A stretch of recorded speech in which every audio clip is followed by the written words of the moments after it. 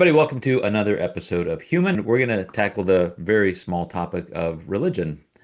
I'm sure, it'll just be cut and dry and easy, black and white. Definitely remove all doubt from this topic, right? So, Jeff, as I was preparing, I thought I would just neatly create a three-part series, categorically sociology, biology, and psychology. And the more I got into it and the more I was reviewing some of the more current research out there in different disciplines of the soft sciences, I thought there's just no way we could stick to those containers. We can't say tonight we're going to talk about the biology of religion, the psychology of faith, the sociology. It's going to end up being kind of a mixed milieu of these topics. And I think rightly so, because I don't want anybody to get the false impression that we can do exactly that. Like, here is this exact succinct topic, and we've now addressed it. We can move on to the next. They are so intertwined in all of the ways and for all of the reasons we co-evolved religion with society. You just can't separate them. So my biggest question to you is and will remain through the series, why is it useful? Why do we consistently come back to it and create new ones to solve new problems or maybe old problems? And yet there is so much harm, and we're going to see where the net value is religion in general a net good or a net bad for humanity.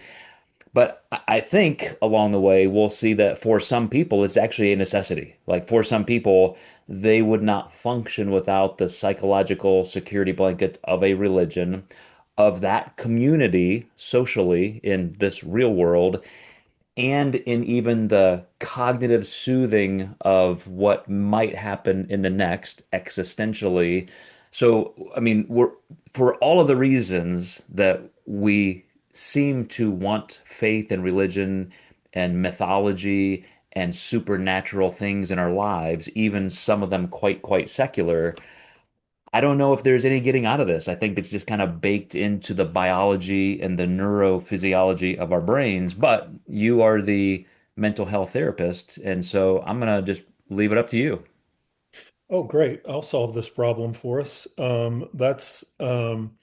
Okay. So the things that come to mind is that, and I'm trying to think of who the psychologist was. I'll remember it and send it to you so you can put it in the notes. But there is a strong correlation between a religious faith, and some of these terms are so big that oh, well, what does that mean? A religious faith? I don't, some of these things are bigger than I think you and I could probably quantify tonight or any other time.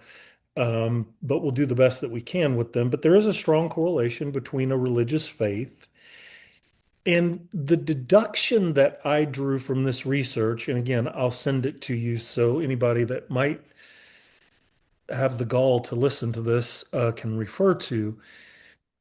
The the intimation was it was more strongly tied to religious ritual.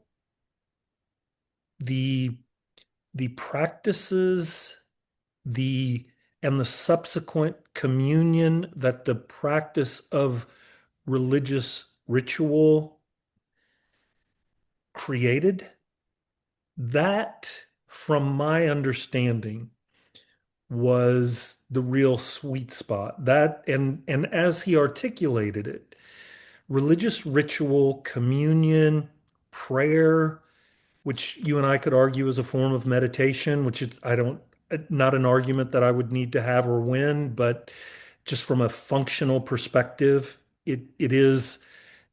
I mean, prayer is meditation, contemplation of scripture, meditation, focusing the mind. Those are, we know those things in other spheres are also highly beneficial. Where I see the damage coming is doctrine and who believes the right thing and who believes the wrong thing. And, it's kind of interesting. I've always thought this was interesting. I think Genesis 1 and 2 is beautiful poetry, regardless of what I think about anything else, particularly in the Hebrew, which I'm not particularly fluent in Hebrew. But from those who know, it's even more beautiful when you can read it and process it in the Hebrew. But I've always thought it was interesting because, when Eve is tempted and Adam is missing and she eats the fruit and they're banished forever and like get the hell out and you will be cursed and every generation after you will be cursed. It's like, damn, that maybe Messed up, man. Messed like a up. maybe a Pay the timeout price. or like I mean, geez. Anyway, that's a different discussion. Oh, But it's part of the discussion. okay. And the what I think, this is what I think, and I'd be interested. It's it's the symbolism of, the knowledge, the fruit of the tree of knowledge of good and evil. I am now, I eat this fruit, and I am now enlightened with this knowledge of who is good and who is bad. And I have this, I am now superior, godlike. And that's where, then when you think about when religion gets in government hands, and now government is enlightened with the knowledge, and it's like, that's when bad shit, I mean, the destruction of civilizations. Can we put enlightened in quotes? Of course we can. Yes, we can. We'll both do quotes. The belief that I am enlightened, right? That level of narcissism and superiority, that I am now enlightened enough to determine who is good and who is evil and who we should declare war on and who should be allowed to live. And it's like when you take that notion and it's scale and you scale it, it's like, oh, well, that wasn't an overreaction to, again, Hebrew poetry. That wasn't an overreaction to what can happen when this goes from individual communion with God to now a sense of self-enlightenment. And now that I'm enlightened, I get to decide who's acceptable, who should be condemned, who should live, who should die, who should bow. It's like, yeah, that does become catastrophic very, very quickly. So, if you don't mind, I'm going Okay. to take one small step back about 50,000 years, Okay. and then I'll quickly catch us up to your point. So, there is evidence for shamanic religions going back about 50,000 years. Homo erectus, 1 to 2 million years ago, no language, conquered in quotes, about half of the world. That's where, we were at that point.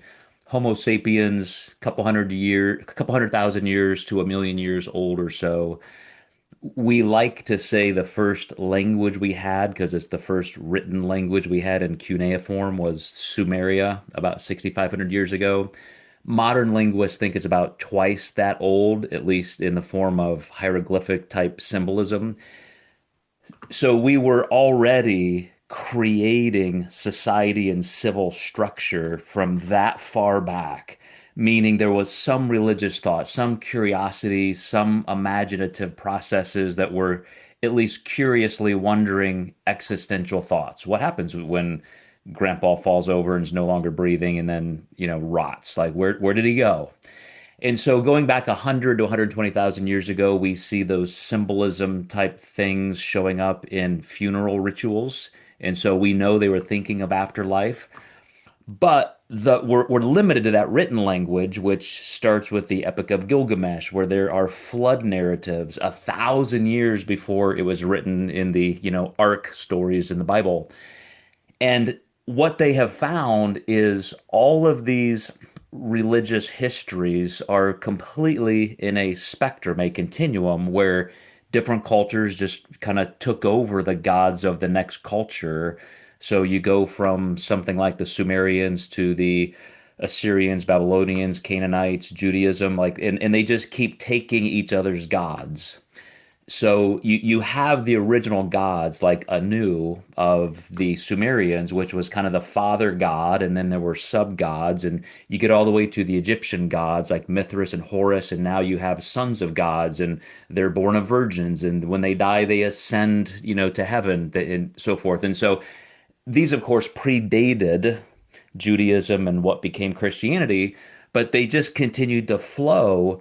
And to your point, they co-evolved based on our ecological needs. So there are some religions that are very nomadic and some that are very civilly structured, because if you're a nomadic tribe and you're always on the go and somebody's out hunting and gathering and trading and so forth, you got to have a God that's going to watch your back. Like, don't do this or God's going to get you. And then you have to have other gods and more complex rules when you get to a more complex society. And to your point, you end up getting to the point where you're waging war on certain people, and some people are quote evil because God told you they're evil and you must go kill them, smash the infants' skulls on rocks, and on and on and on, as the Bible says. It's okay to enslave these people because they're not the chosen ones. And I'm going to give you specific instructions on how to enslave them and specific instructions on how to rape their women. So, that all becomes part of that need for control. And ultimately, there are those who want to do the controlling, so they create those narratives that are more punitive in sacred texts. And then there are ones who are struggling with those existential questions and dread and fear. So now we need a God who's soft and cuddly, and it's my father figure. And all of these things are infiltrating different fabrics of different societies until you really get to the monotheistic gods. And that is where Judaism, when it kind of broke apart after the Egyptian reign and the captivity in Babylon, then all of a sudden they took some of those polytheistic things and started separating them. And again, because they came out of a very painful slavery, they had to have a hope that there was something better. And so, of course, you cast that into the afterlife. And if you just pray to the right God on the right day in the right way, and something good happens, then you know you got the right one. Now this is the one. And so that became part of the monotheistic traditions. So all of that is a history, like that's there. But in terms of modern psychiatry, psychology, sociology, why today? And you brought up a key point, and then I'll flip it back to you. The symbolism, the reverence, the ceremony, the community. There is there is a concept, theory of mind that goes into when we had the ability to have abstract conversations with people who weren't with us. Like during today, at some point, you were walking around talking to yourself, and you were mimicking conversations you have had with people or you're going to have with people, and you're playing these out in your mind so often during the day, you don't even think of it. You don't think twice. And that is just imagining the disassociated egos of other people. Like we can assume that we can practice those. And that is also the foundation of dualism. Now, one thing I'm gonna say is with those ceremonies, part of that, and I think it might have been Steven Pinker, the Harvard psychologist, talked about that being necessary when we can't falsify or find any evidence for our beliefs. So what we do is we just get together in a group and we do these things to remind us why we do them.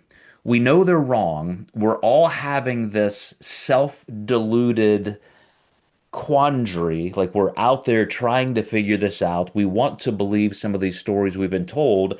They don't make sense. So we will willfully self-delude as long as we have other people around us who are also self-deluding in the same way. So we can now just create this cocoon of unbelievable, and I mean that in the strongest sense of the word, these unbelievable supernatural things that are unprovable and unfalsifiable. And as long as we just do these rituals and have these ceremonies and sing these songs and get together every Sunday or Saturday and we do these together, then we're okay because I'm having the same soothing that you are. None of us could believe this ever to be true, but together we can. And that's why it's so important for those symbolic ceremonial activities. Okay. I would ride that train to a degree. To a degree. So tell me where you might differ or add some nuance. Um,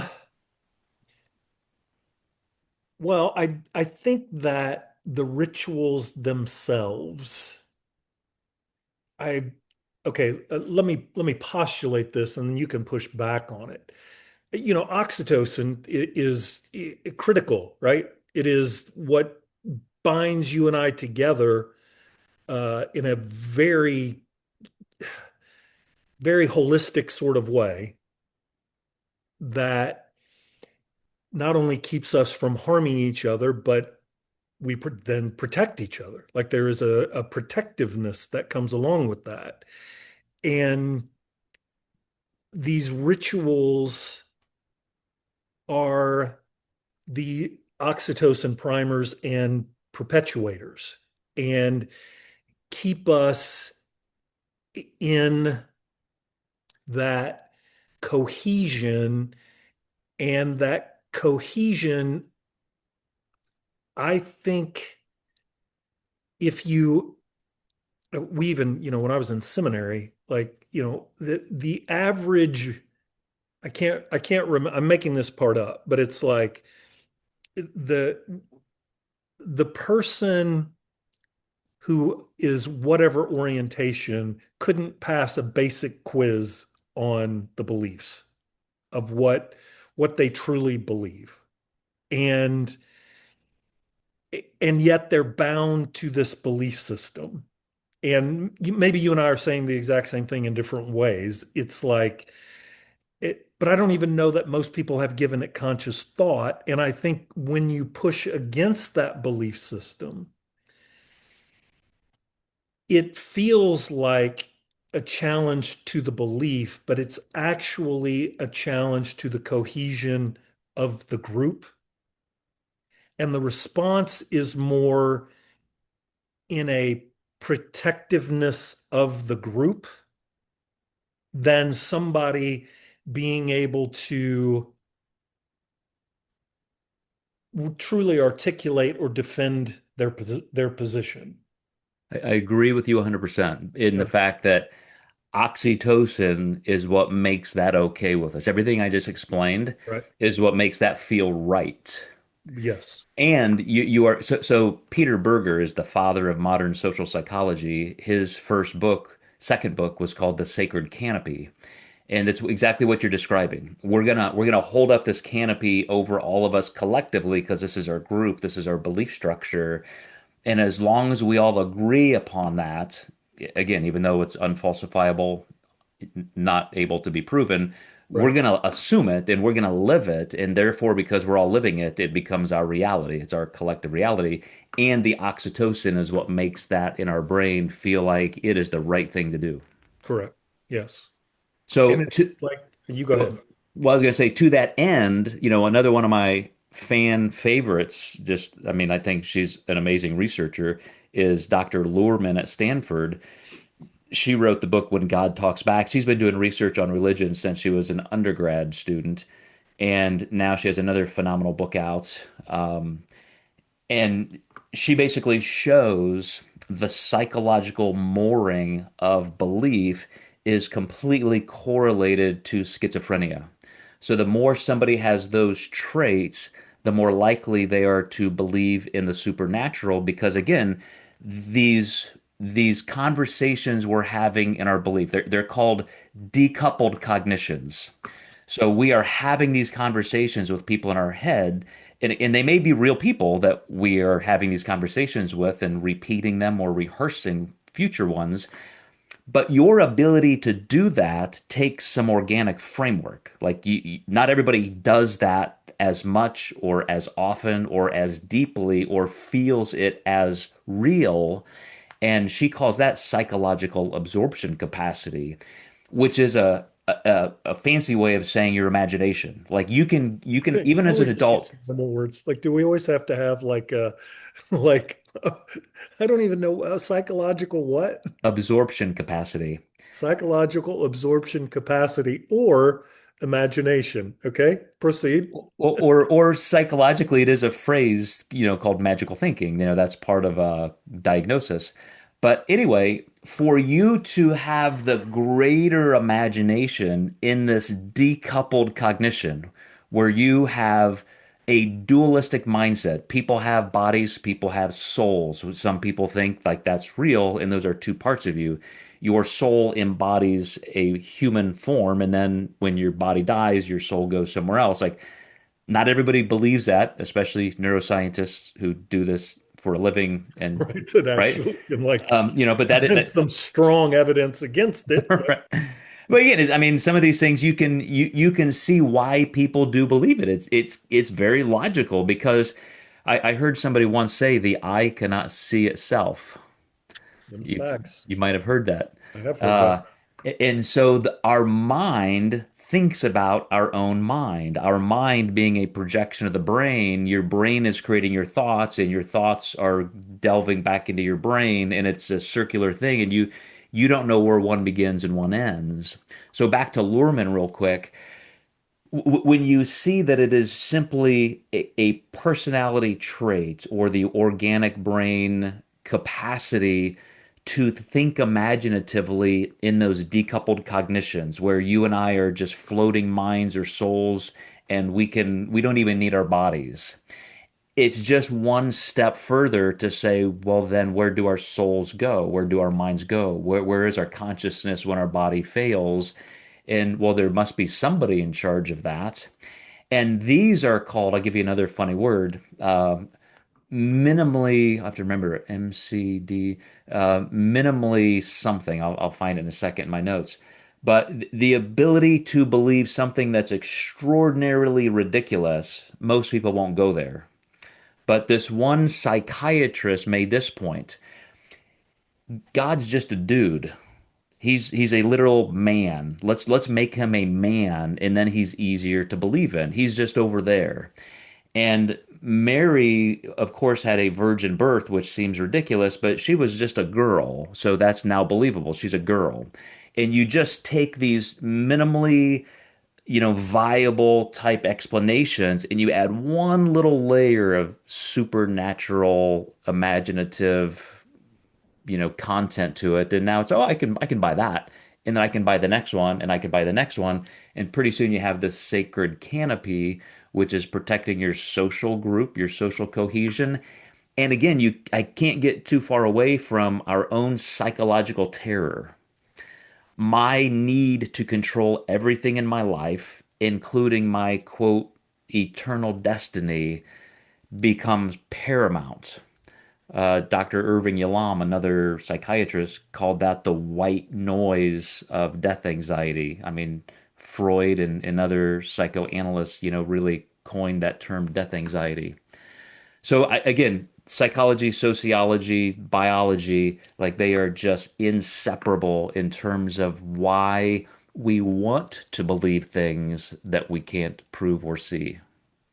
Yeah, and it's like some of those things, it's like I'm sure you know the experiment like they did with children, I think 2 to 5 years old, and they the examples of it that I've read is like so they they give a child like one of those like Velcro drinking already, are you?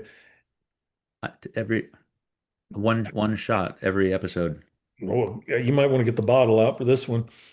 Um, so they have a Velcro dartboard, right, with those little balls that are covered in Velcro, and they put the child in the room and they say, "I want you to stand on this line backwards, and I want you to throw the ball and try to get them to stick on the the board.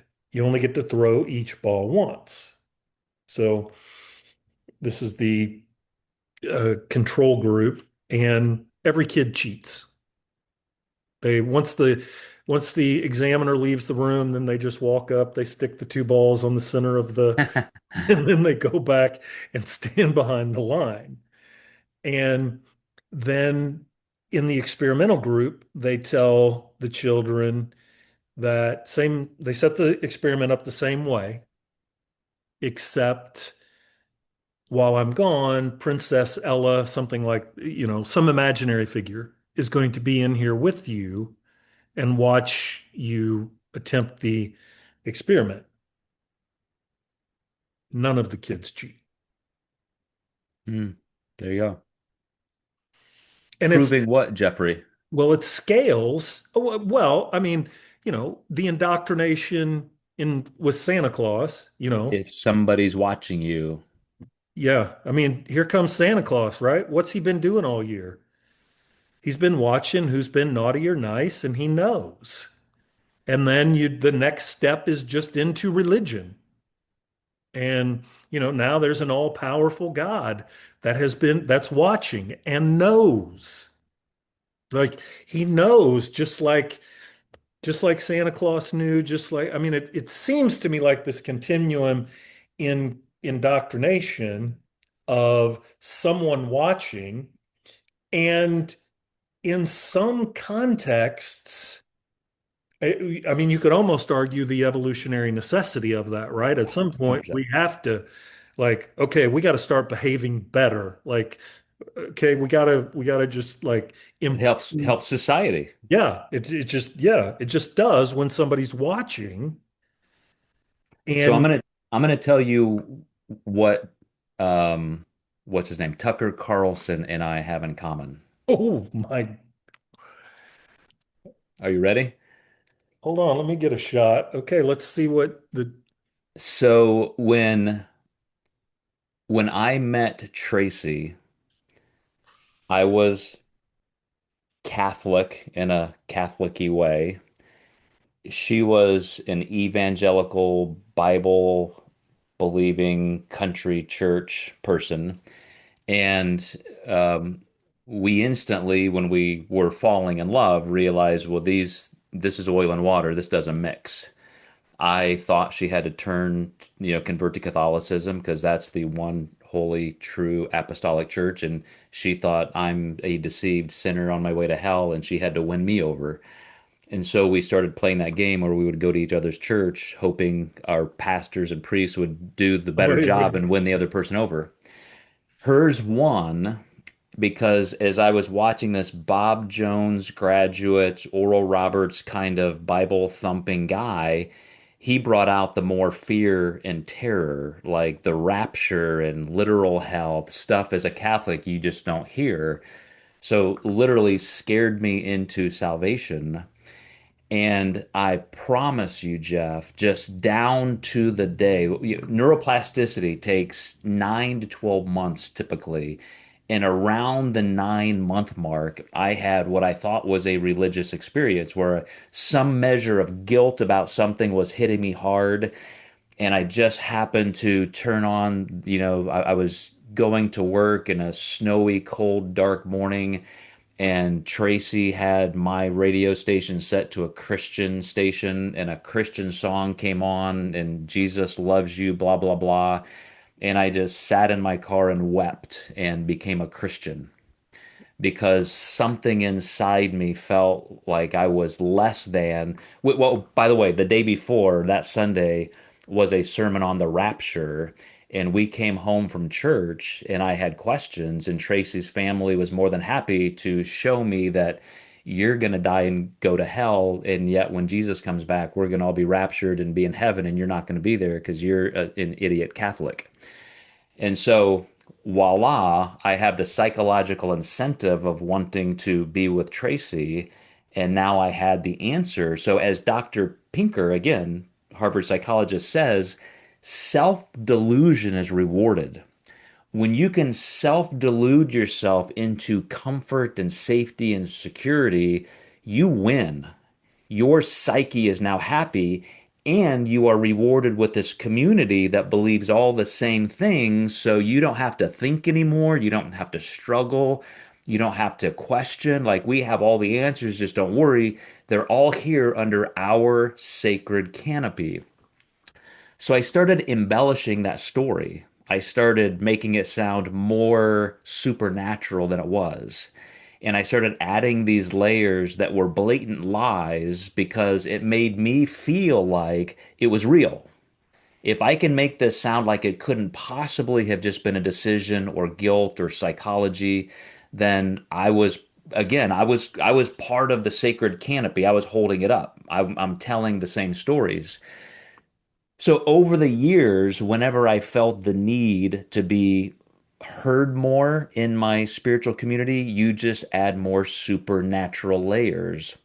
So Tucker Carlson just this week was on TV saying that one night he just woke up in this terror, this anxious dread, and he just felt like he had to go outside. And so he went outside, and it was a dark, muddy, werewolves are howling in the distance and all this stuff. There's mist. The Loch Ness monster was in the background somewhere.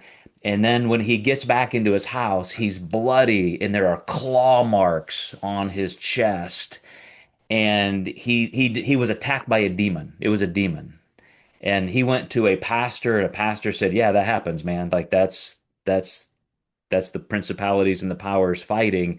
And obviously, you're such a man of worthiness, such a high player on the chessboard of the universalities, supernatural, entities in life, that clearly they want to attack you." So again, he's making all of this shit up, and he's adding these layers to it. Of course, nobody saw it, and his wife didn't wake up, and the four dogs, that hunting dogs that sleep in their bed with them, they didn't even wake up. He had all these stories that were just completely improbable, or they're true, or all of that happened, and he has demon claw marks and scars on his rib cage. I don't know. I haven't seen his rib cage, but I know from my own stories and my own psychological needs, and Dr. Luhrmann and all of her research, because she did a 5 year immersion journalism study. She literally joined a church as a researcher and for 5 years interviewed people. Everybody knew this, and she saw the same thing. She saw these people embellishing and creating these supernatural stories, and that's why her book was When God Talks Back. Hence the correlation to schizophrenia and psychological absorption capacity, in your ability to have these fantastical, decoupled cognitive conversations in your mind with other people, which may be real. They may be angels, they may be God, saints, like whatever you believe in. That's what you're going to say they are when they're just these thoughts that pop up in your brain, like anybody. Is the implication that she is making that if Tucker were outside of a religious context, he would be diagnosed with schizophrenia, or the beliefs mimic that of someone that has schizophrenia? Like they're that extreme, even though they don't clinically suffer from schizophrenia. Correct. They are plotting along that line. Just like we know there are different degrees of schizophrenia to complete dysfunction where you cannot tell reality. Some of it's episodic, some of it's just you have an active imagination. Like, you have an imaginary friend. Joe sitting alone in a car, feeling guilty and reminiscing about the sermon, from the day before, all of a sudden has these. Do you remember the Frank Peretti books, Oh, Piercing the Darkness? And dude, I was. I was terrified for, I Yeah. mean, those things, I read those my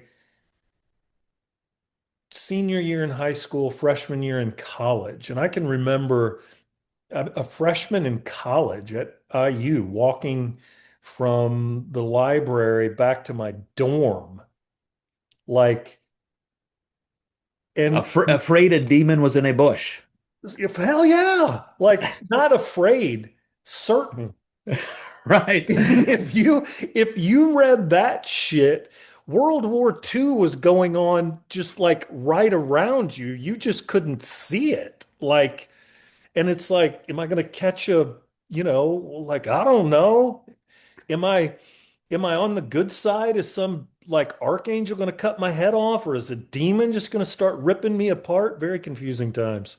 Oh, I mean, dude, I was literally like you. I was that age, so 19, 20 years old, running from my car to my apartment door like somebody was chasing me when I was reading those books. And so that I'll give you another phrase. That is what I'm looking up here. Hyperactive agency detection. That's part of our survival mechanism, hyperactive agency detection. And so when that is extremely heightened, like you are certain there's something there, you can see how you start personifying things that are just aren't even there. I It's mean, a raccoon in the I bush, can, it's the wind.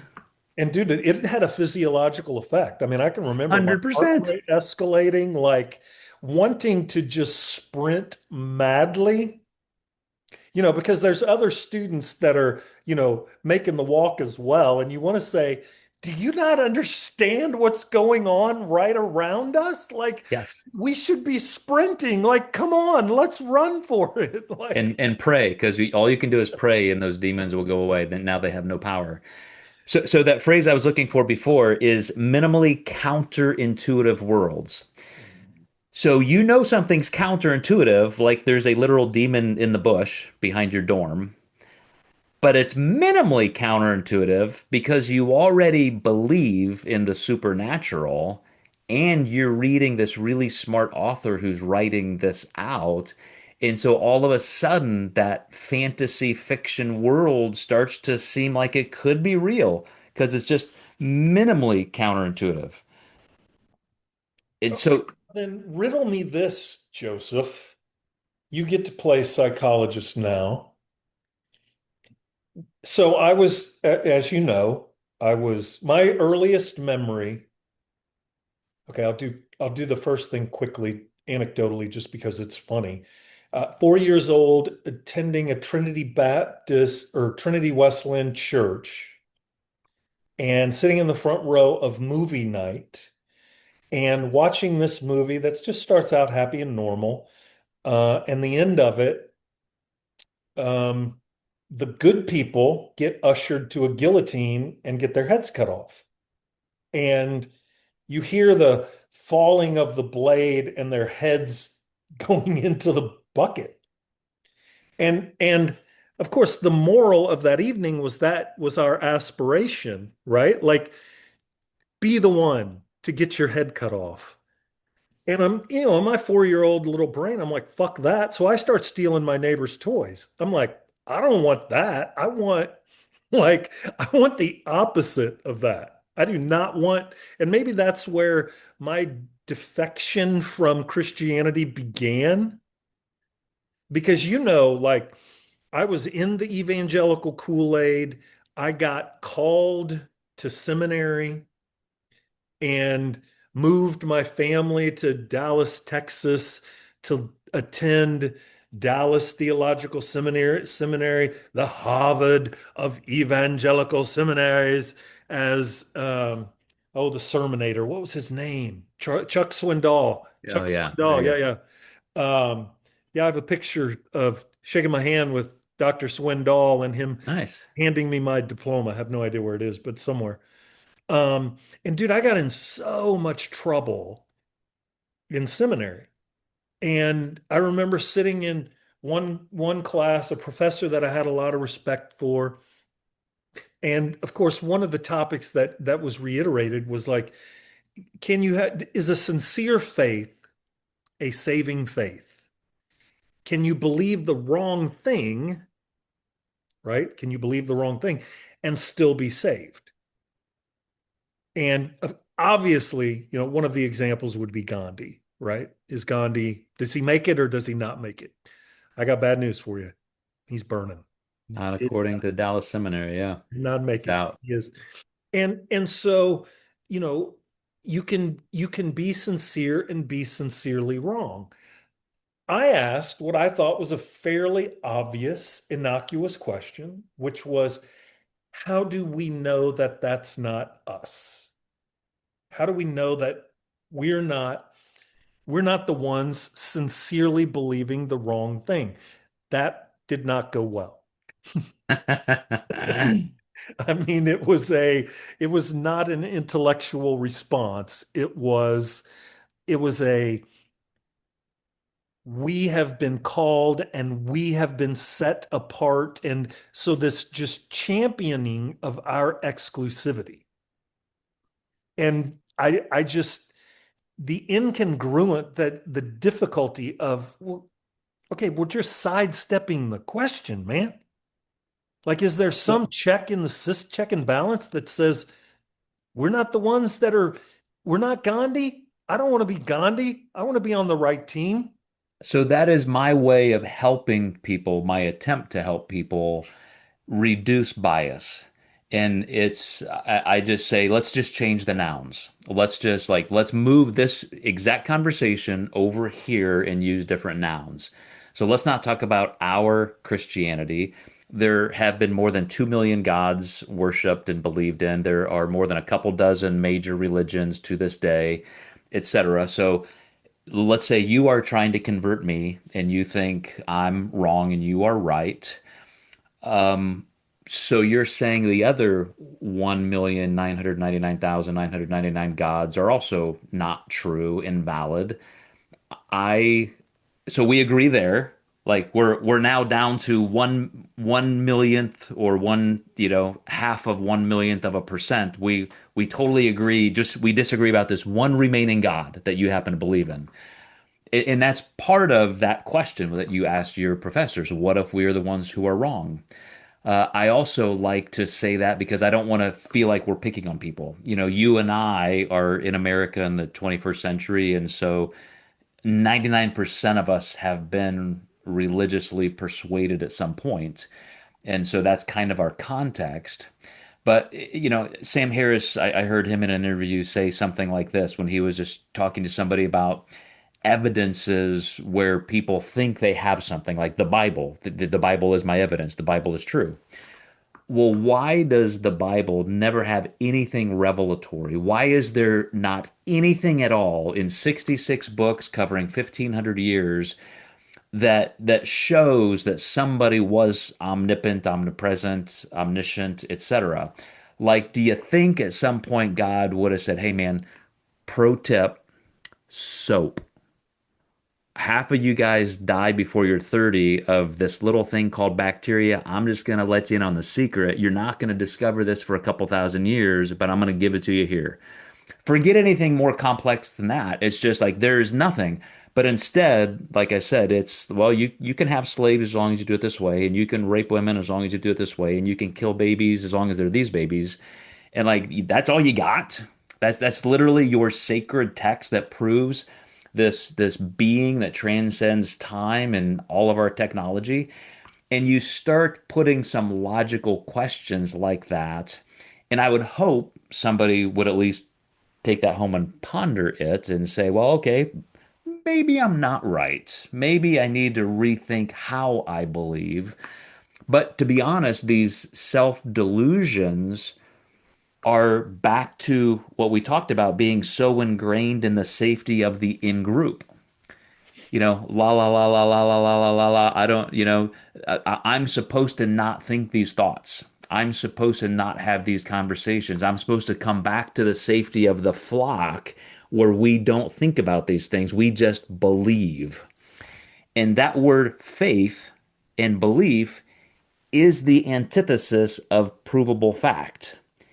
If you can prove something, then it's no longer a matter of faith. And those are the things, again, transcend all religion, all supernatural, even secular conspiracy, pseudo religious, I'm spiritual, not religious kind of thoughts.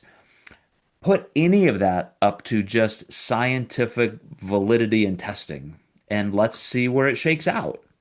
Because if you can show me something that I can believe in because of fact, then I will be persuaded. Well, and I think that's where my frustration has come with religion. And back to my original discourse of there, there is absolutely measurable, observable, provable positive correlation to religious practice, like the ritual, those kinds of things. What is the point of diminishing return? When does it tip? How does it tip? And I'm asking you because you're in this on a sociological level. When does it tip to we're right, you're wrong, you must either bend the knee or be destroyed? Well, anthropologists say over the history of humanity, about 25% of us have died because of religious belief and war. Copernicus being a prime example. Sure. You believe this, that's antithetical to the church, off with your head. And so that's how unharmonious we are if your sacred canopy is different than my sacred canopy. And even today, according to the last Pew Research poll on religion, which is now done just about annually because it changes so fast, about 65% of American Christians are considered liberal, where they don't believe in sola scriptura, that the Bible is the inerrant word of God. They want to have their faith, but just the good parts. And that's part of this. Like we're kind of talking about the boogeyman bad stuff, the social control, the murderous dictators and so forth who use it for total coercion. There are an awful lot of sweet, loving people who just want to go to heaven and be with their child who died 10 years ago or their spouse, or they And just what a don't even. comforting belief, right? Like, It yeah, is, I of don't want to take course. that belief away from you. That's so. I mean, I wish we could go back in literal history of Homo sapiens and see which belief kind of was first, and then we added another layer and another layer Yeah, and another right. layer. Because wouldn't it be great if it was all altruistic, that we just wanted this comforting, loving, some ancient 200,000 year old ago sapien like didn't get enough hugs from his daddy, and he wanted this heavenly father who would be nice to him in the afterlife. Or was it always just social control and murder? I want your wife, so the gods told me to take your wife. And so, kind of David and Bathsheba. Well, it kind Um, of goes back to the utility of Santa Claus and somebody always watching. So to me it feels like there had to be, and I'm making this shit up, so feel free to destroy it, but even from an evolutionary perspective, the utility was somebody's watching, so you better be good, okay? You better yeah, be good. and you go back to those first articulations in, like, let's say Sumeria. And there eventually came a good shepherd God. And that was the first iteration of the Jesus kind of deity. Because all of the rest of them were, again, for those ecological needs. Oh, there must be a God of rain because we've obviously pissed him off because we're in this drought situation. And oh my gosh, we've heard this story, this epic flood from Gilgamesh. We better pray to that God so that never happens again. So you have all of these fears, and you are just growing your superstitions, the God of the gaps. So why did I break out? Was I just dropped on my head as a child, or was it that early memory that was like, I don't want to be one that gets their head cut off? Like, because I was steeped in this shit. You know that. And it was good. Like my Christian status was like it was it was good. Well, I think there has to be counter narratives that you can at least like think about. like, wow, is there another, like, because again, like I grew up Catholic, and so that's all I knew, and that was very insular. I was just always there. When I met Tracy, then it's like, whoa, there's you guys aren't just these weird others that knock on my door and leave Bible tracts. Like there are really good people here. And I loved Tracy's family. They were so nice and sweet. They were a way more functional family than mine. So I thought, there's the proof. This is the way to be because it's socially more normative and consoling and perfect. Like this was the utopia of families compared to my, maniacal, screaming, raging mother and that kind of thing. It was just like this is normal. And so at some point you had to see an example and it made you question, well, maybe I am wrong. As soon as you entertain that, that's why at some point earlier in an episode I said, go watch Dear Believer on YouTube. Just type the words Dear Believer because it talks about the anthropology of why we believe what we believe. 91% of us always just continue out and carry out the beliefs of our parents because that's what was pounded into our forming brains.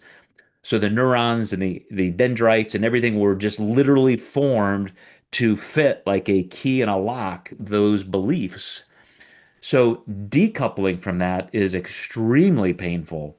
Personally, psychologically, familially, often, like you are getting your entire self shredded apart when you decide to change a major belief. Oh, there's no doubt. I mean, when I left the church, like I lost most of my social support system. And I mean, given this conversation, it makes sense. It's like, right, they have to be protective of their canopy. And I was now a threat to their canopy. And it's like, I'm the same dude I was 15 minutes ago. Like, I don't like, So, because like I said, we're gonna end up talking about the sociology, the biology, and the psychology, all three episodes. I do want to say biologically, there have been plenty of brain studies. People who have certain religious beliefs have a lesion in their brain, a brain injury, a TBI, a stroke, or something, and boom, all of a sudden they change. So we're not looking for the quote God neuron anymore, like this one place where that's where either we can prove God, because that's like the transistor radio that receives the Holy Spirit, or it's the place where we do create self delusion and so forth. It's just now it's not thought like that, but there are parts that do impact it greatly. It's kind of the global neuronal workspace theory of consciousness. Certain parts of our brain communicate in certain ways with other regions for the speed of heuristics and just, conserving energy. So we will talk more about the biology of it, but I want to end on this note. Religion can be useful. I mean, I think clearly, like I have grown to the point where I don't want to talk people out of it, and I'm conflicted because I think maybe it is more net harm in the long term than good, but you wouldn't take insulin away from a diabetic. You wouldn't take crutches away from somebody with cerebral palsy.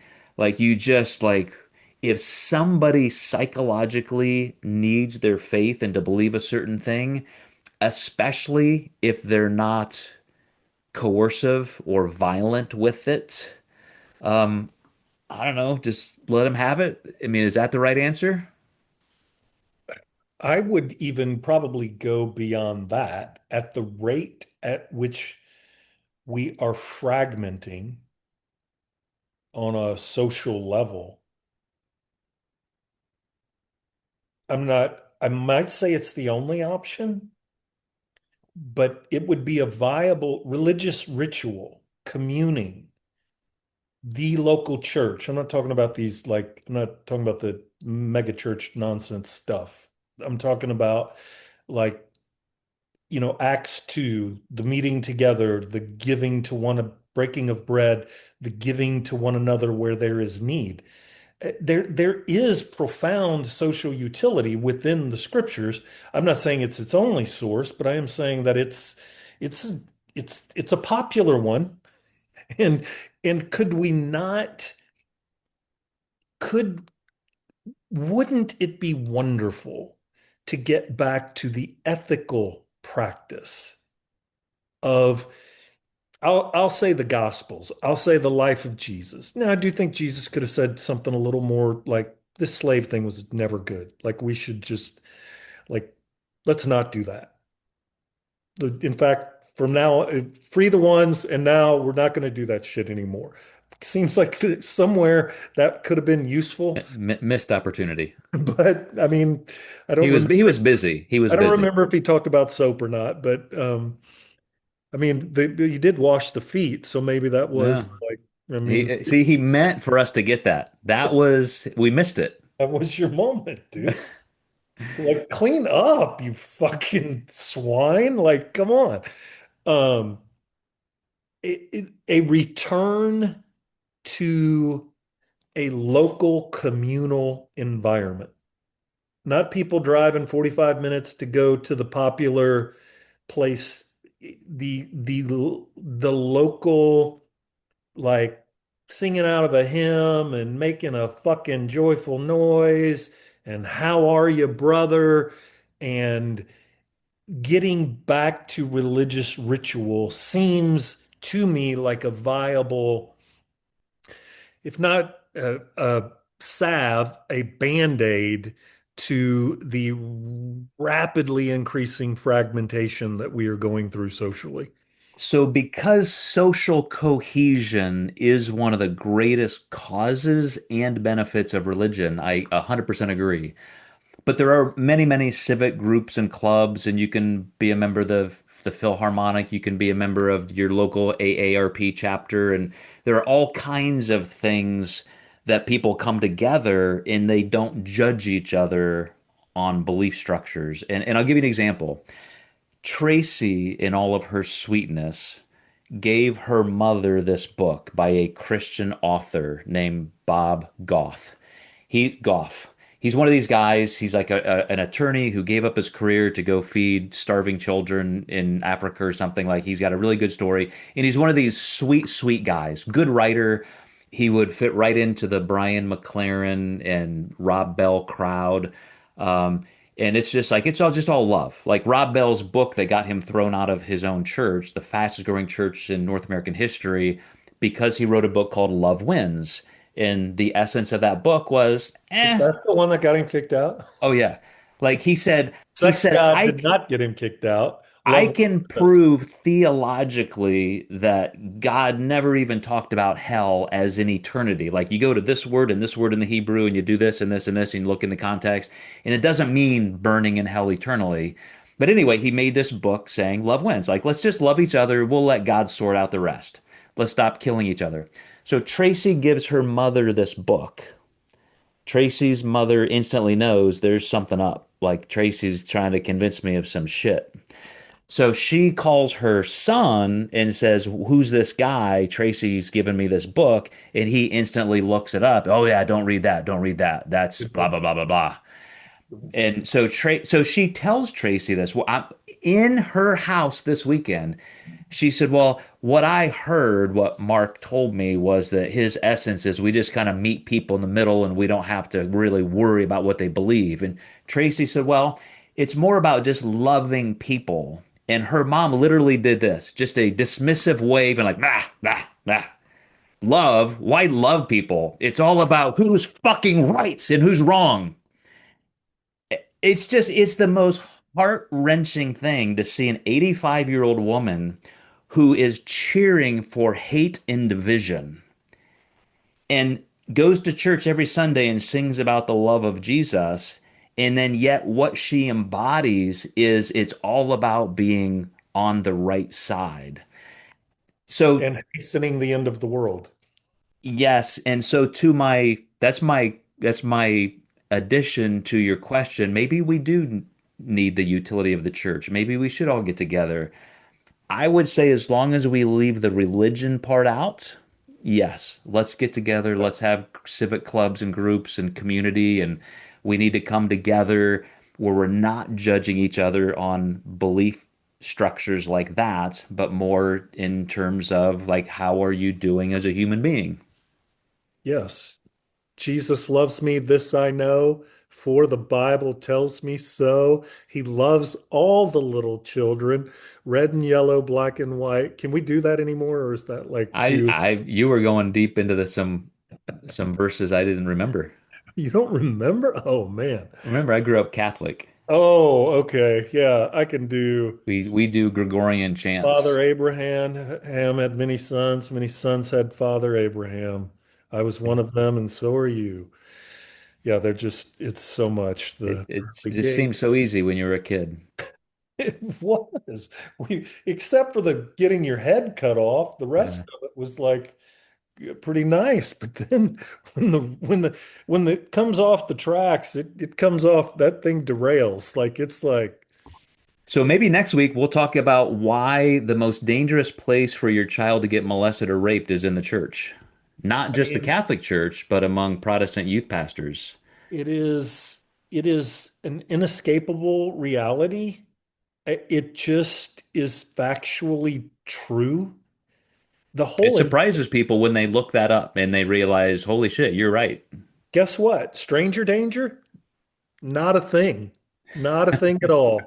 Like you have virtually no probability of being accosted by a white van walking home, but being molested in church, a shocking. Well, and anybody that is listening, like, don't be reactionary to that. At least look it up. Just look it up. Like, Yeah, a friend of mine said that was just completely blatantly wrong. And then he went to Google and he's like, wow, I didn't know that. I mean, and again, it, I it I have attempted because I of the research that I've done and ritual and communion and have made a couple of attempts at Catholicism because what's more ritualistic and communal than that? That's an obstacle for me. Like, So like I've known some people. This is interesting because it usually goes the other way. You go from Catholic to Baptist to atheist in pretty quick steps. I have seen some Protestants go back to the quote high church, Catholicism, and maybe even Episcopalian because of the reverence and now we're in the era of rock and roll flip-flop Jesus, where pastors are walking up in sandals and jeans and just trying to be the cool guy. And like there are some people who want that more awe-inspiring version of church. But one thing I want to clarify since I brought up that story, a lot of people on the inside of faith say, oh, atheists are just people who got hurt by religion. And so now they're angry. To me, this was purely academic. Like when I converted to Protestantism to for the sake of marrying my wife and making that crowd happy, I dug in, man. I dug in. I still have a library that's bigger than any pastor you've ever seen. I was teaching myself Hebrew and Greek. I was reading every commentary. I was ready to just give it all up and go to the mission field. And yet, in very quick order, as I started just scouring the Bible, all of the things that make no sense and all of the things where you have to have complete, utter cognitive dissonance to even attempt to believe, like they were front and center. And so I was emergency phone calling our pastor at 9 o'clock at night, like, explain this to me, Sherlock. And then I was moving up the chain. I was calling missionaries. I was calling people in other religions asking these questions. And it was always like, yeah, yeah, just don't read anymore. Just believe. Just shut up and just go to church. And so like I was out as soon as I was in. And then I tried to hang on as long as I could. So I kept climbing up to different liberal theologies, thinking, okay, I don't have to believe this, but I can still believe. And I can just give up this. And okay, this makes sense. And I was just on my last rung of the ladder, hang on by my fingernails, when I finally had to say, I can't do it anymore. I'm not going to say I can dogmatically say there is no God and there is no reason for faith and everybody's insane. I'm not going to go there, but I'm going to say this is definitely not for me. Like there's nothing you can make sense of, and so I'm out. Yeah, that was always kind of one of my, I read a book called The Divine Conspiracy by Dallas Willard, and it was kind of my breaking point. I've got it. I got a copy right out there in my library. A great book. I mean, great book. And it was kind of like, it was like, oh, this, it was kind of the pushed me out. Like, oh, this, what we're practicing is nothing like what he's describing. And I don't know where this is. And it's like if I walked around and I said that I had an invisible pet unicorn named Timmy, the onus is not on you to disprove Timmy. The is on me to prove Timmy.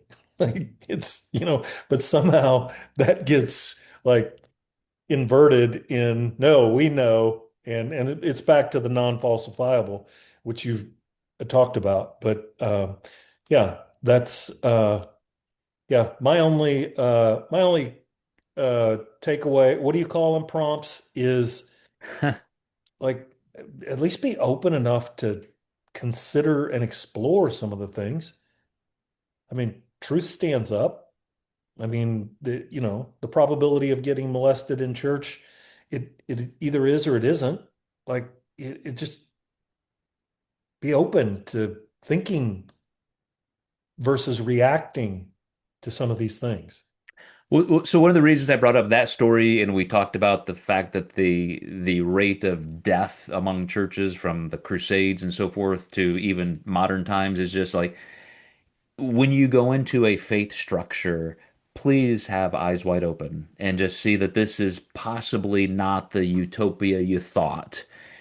For example, my wife's sister was in church. We went to her husband's funeral, and I think it was the very next week, this guy's given a sermon about the impropriety of sexuality and blah, blah, blah, blah, blah. And this woman stood up, a 40-year-old woman, and said, "Why didn't you say that when you were raping me in your office when I was a teenager?" Like literally stood up in the middle of the sermon and accused this guy. He got arrested and he got charged and he's in jail now for raping a minor. Again, I say that because I don't care what religion, what faith you belong to. Please don't think it truly is a sacred canopy where nothing bad can ever happen, that your supposed deity will change, you know, bend all the wills of the universe to make sure you are safe. It's not there. And so, to your prompt, we did what I didn't want to do, which was we kind of went way over here. We start out just talking about the utility and the history and the academia, and now it's all of a sudden like, okay, the cat's out of the bag. These That's guys, your fault. You're driving. I'm in the back seat sipping glue. So what'd these you guys are obviously on a expect? mission to disprove, anything. You made this statement one time, like, would I go up to a 2-year-old and break his toy just because I can? And I don't want people to feel like that's what we're trying to do with their faith. I just love your prompt, which is, hey, if if your faith is valid, scrutinize it. Hold it up to everything. Decouple those cognitions. Get away from your tribe. Stick your head outside of your canopy and see who else is out there and what they believe.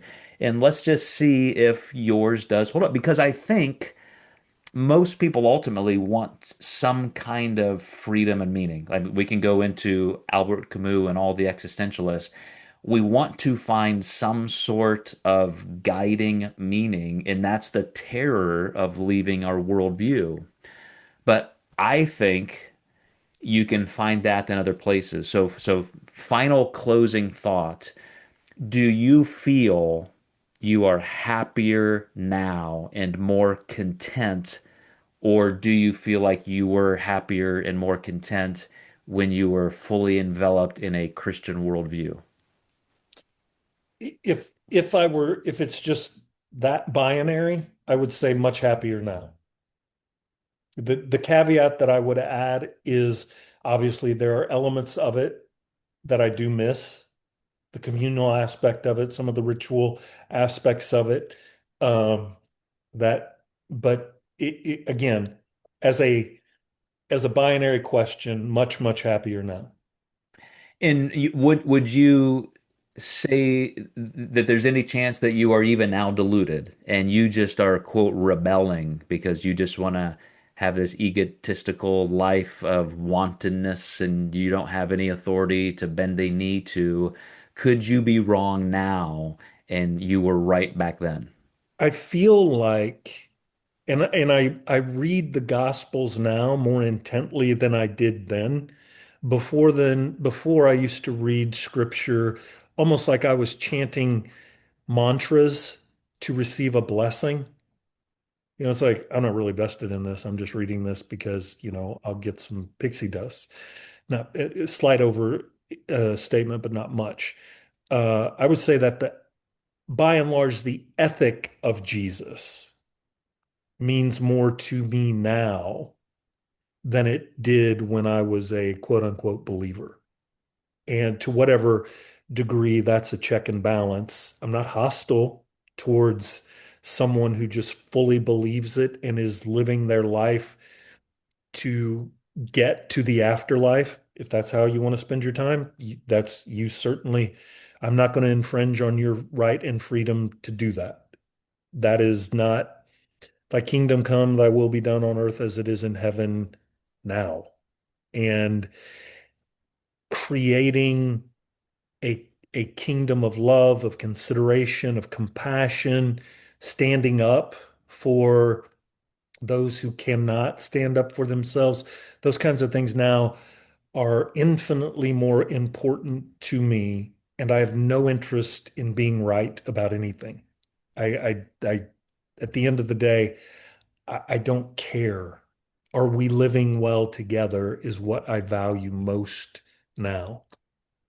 And that is exactly what was in that book Tracy attempted to give her mother, Right. who Love cast it wins, of course. aside.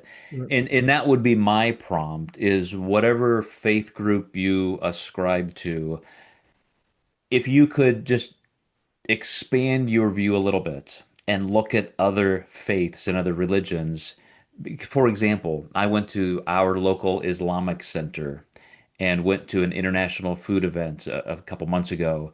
And I talked to more Muslims in our community than I have ever. Like, I didn't know they had such an amazingly large and thriving mosque, and it's very inviting. Like they have this almost museum type quality where they want people to understand where all faiths fit in together, especially the Abrahamic faiths, and they talk very reverentially about Jesus and so forth. And everybody there was just loving and welcoming, and they have all these initiatives to give health insurance to people who can't afford it in our community and food to people who can't afford it. They are the most Christ-like church I've ever seen. And it's the Islamic Center in Evansville.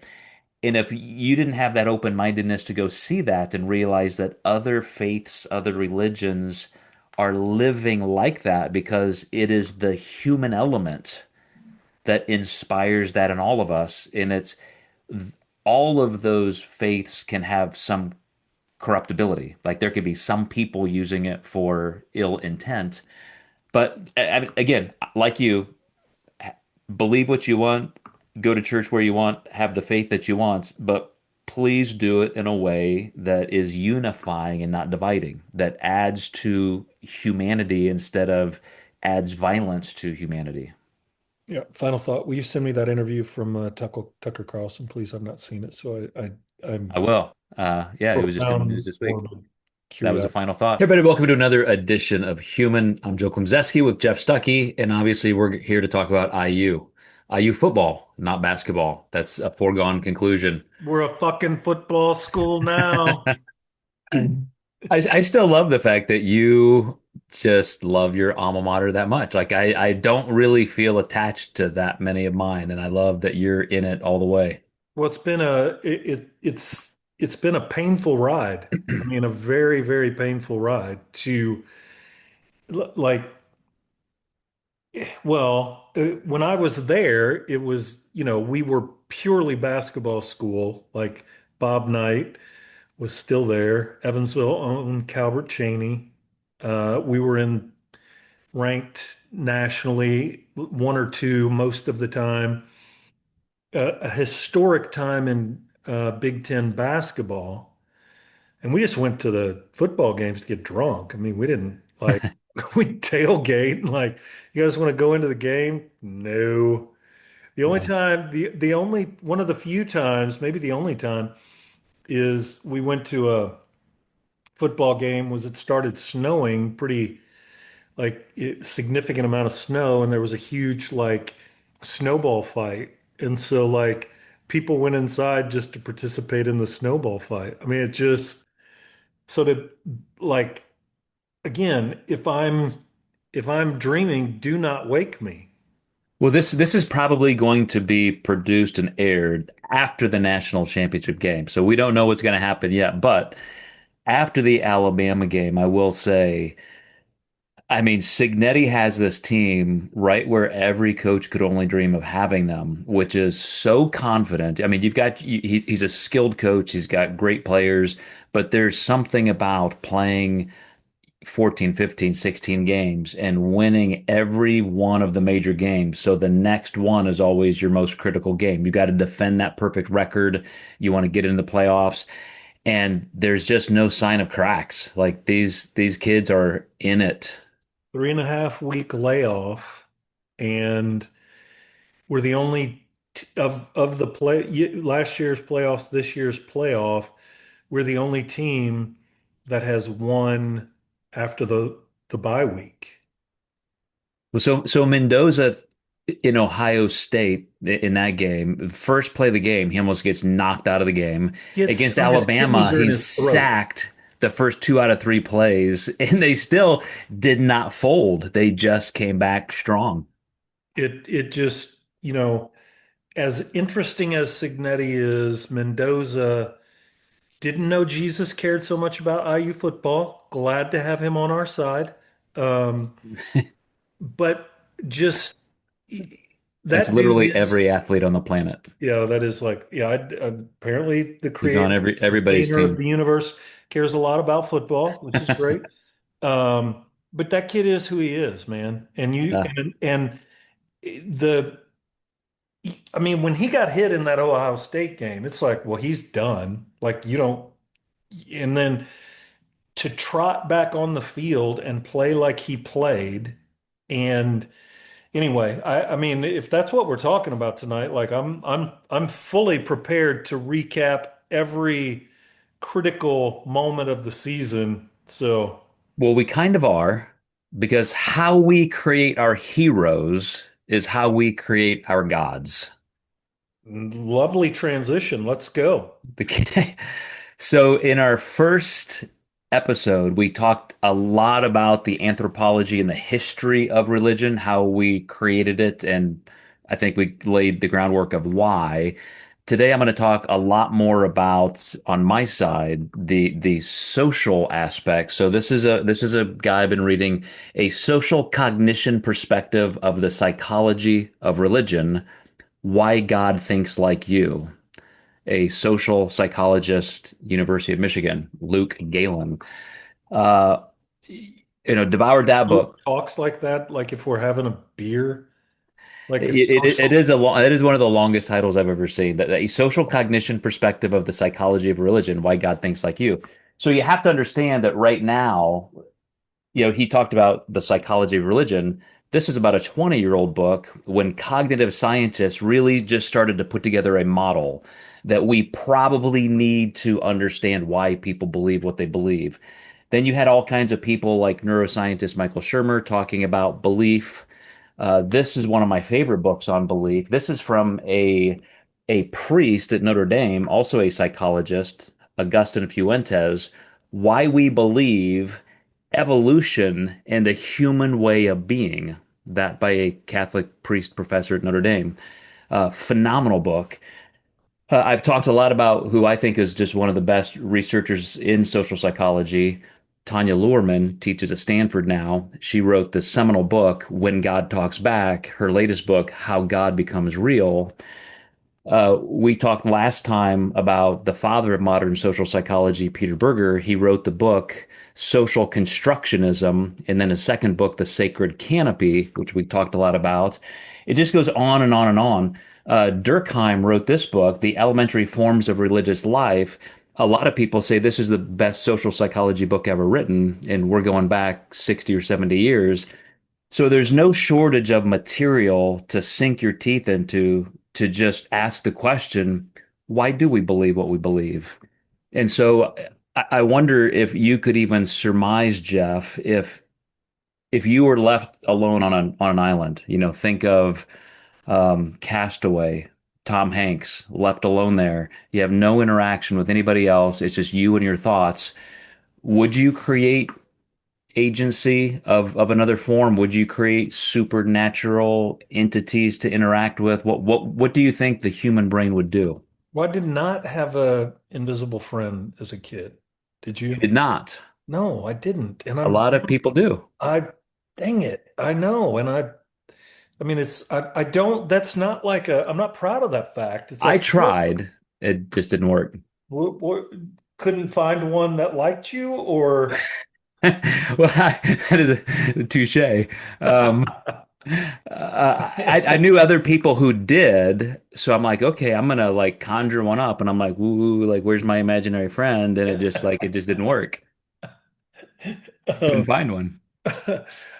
it seems like that based on what I understand, that certainly seems like a natural conclusion that that would occur. And do you know why? Like, if you, as a mental health therapist who's studied and worked in this field for 30 years, why do you think we need it? What mechanisms are we trying to use to accomplish something? Okay, so let me see if I can. I don't know if I can do well with that one. I mean, my inclination would be, that we are just social beings. Like we are the way the brain is designed. I mean, we're just social creatures. So part of it seems like it would be to fill that need, like the need. Uh, was that? You see that? Something just jumped on me like a bug. At first, I thought I was like, well, I just conjured up something myself, and then it's like, um, uh, so that would be my best crack at that. Um, our need for social interaction. Yeah, and that is definitely a through line in everything that ties it all together. But when you look at the now growing field of the psychology of religion, it does start with theory of mind, the fact that we can think about our thoughts and we can think about other people's thoughts. We can think about other people thinking about thoughts. You go to second and third order magnitudes of theory of mind, we don't know how far that goes in the animal kingdom, but it is certainly the place that gets you to the point where now you can imagine anthropomorphization of anything, other animals, the wind, the effects of weather. Like you can literally think, wow, that has to have something behind it because you're always attributing. And that's a huge word. And that's the starting point that Dr. Luke Galen uses is the attribution and the misattributions that we use. Whenever we have a thought, and I'll give you a deep, deep, deep principle at the end of his book. There was a study where they would put social psychology is the greatest thing in the world to study because you just put people in weird positions. They put on a helmet with wires coming out of the helmet to people, and put it on people in an experimental setting and said, this talks to God. Like you're going to be able to connect to the mind of God through this device. And really, it was an experiment to see if this new electromagnetic field, research was even valid. Does it work? But what they found out more importantly is you could just unplug it and people would still think they were hearing the voice of God. And they would attribute certain thoughts to God because they thought this is the helmet working. Like these aren't my thoughts; these are coming from God. So they're attributing those. And the important part of that is what are they attributing? What kinds of thoughts, what kinds of allowances or prohibitions, what are the frameworks and the rules that this supposed God would tell that person? And was that a random sample? Of people? Yeah. Oh, absolutely. No shit. And so, well, I mean, this was back a ways where there was more. belief. It was kind of just normal Okay. to believe at least something deistically.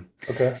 But another thing they would do is, and I'll get back to the punchline in a minute. All But right. then they would use the same kind of experiments with a person in another room, and they would say, "This is connecting your minds." And so whatever that person's thinking, you can think and vice versa. And they would have this thought or something they didn't like something awful or pornographic. And they would say, no, that wasn't my thought. That was his thought. Right. And so it shows how we attribute to ourselves or to others or to a supernatural being what we want. The famous line, God didn't create us in his image. We created God in our image. And that's almost essentially that you know connectedness of every principle I'm going to talk about tonight. So Right. interested what you have to say about that in relation to you saying that we're social beings. Well, I have more questions about that than I have responses. Yeah, that was a fire hose right there, buddy. Like, I'm gonna say let's keep going, and I'll catch up. Well, so another thing, when you get to the theory of mind and these attributions and anthropomorphization, is like how and why. What are the mechanisms biologically, and why do we do that? And I would say first, you really get into uh, these intuitions where you just think that you're having these thoughts, and so they're going there, and they always reflect things that we want to be true, things that we fear to be true, and there becomes this unfalsifiable tension. So, for example, based on my familial upbringing, if I'm raised in a house with certain beliefs, I told you, I think weeks ago that there's a great YouTube video called Dear Believer that Mhm. explains why 91% of the world's belief system is just because that's what their parents believed. That's what their brains were developed in. So we're constantly looking for security in our daily life, in our belonging. So that's that search for social cohesion. But let me go back to Tanya Luhrmann's book because even Galen quoted her. Psychological absorption capacity, the ability to even believe these things. Your question was a good one. Was that a randomized sample group? Because some people have the traits, personality traits ingrained in them that are more susceptible to that kind of supernatural belief. And I'll say misattribution, but who knows? Maybe I'm wrong, and it is attributed correctly to that 1 out of 2 million gods worshipped today. But have you, as a therapist, seen people going through struggles that included a faith struggle? Again, marriage, family therapy. What are they dealing with that you can say, man, I think your belief system is getting in the way? So typically you find it to be a point of polarization, either polarizing in the direction of increasing their resolve in faith, Mm, uh, and I'd say both are equally common. Um, Actually, if I think about that, probably the polarizing towards um, footprints in the sand sort of thing. Uh, and maybe 51-49. I'm not saying like it's a substantial difference, but then others, it does kind of usher in a crisis of belief. And then navigating that with them, obviously, ethically, right? The position would be, is your faith a hindrance? Can't say it is. Have to, um, and kind of more passively being interested in that. And then, okay, is that your belief system or is that something that has been imposed on you? and just giving them permission to ask themselves those questions and start to ask that. But I would say it's, it's kind of the old saying that you'll never find an atheist in the foxhole, right? It's like in the midst of that, it's like, okay, if there's a God, I'm gonna, you start to see that. My personal experience has been increased polarization towards more than away from, but I also think that is shifting now that our, culturally we're moving away from religious to spiritual. It's like everybody's spiritual now, that sort of thing. So it is to a degree in flux. And that's an interesting thought because I think we all, as we work through our own worldviews and belief structures, we have to come to a conclusion that is it okay for me just to believe what I believe and let other people believe what they believe? Or for one side or the other, am I going to be an evangelist? Am I going to try to convert or deconvert people? And knowing that for psychological comfort, maybe extreme functionality, like they just need that belief system. Um, why would you want to fight that? And I'm curious if you feel that way in your therapy practice. It's interesting because I think it was Christopher Hutchins that, one of his he made the point that evil people do evil things, but religion is one of the few things that can make good people do evil things. And philosophically, I think there is credence to that. Um, you see that, and one of that ways that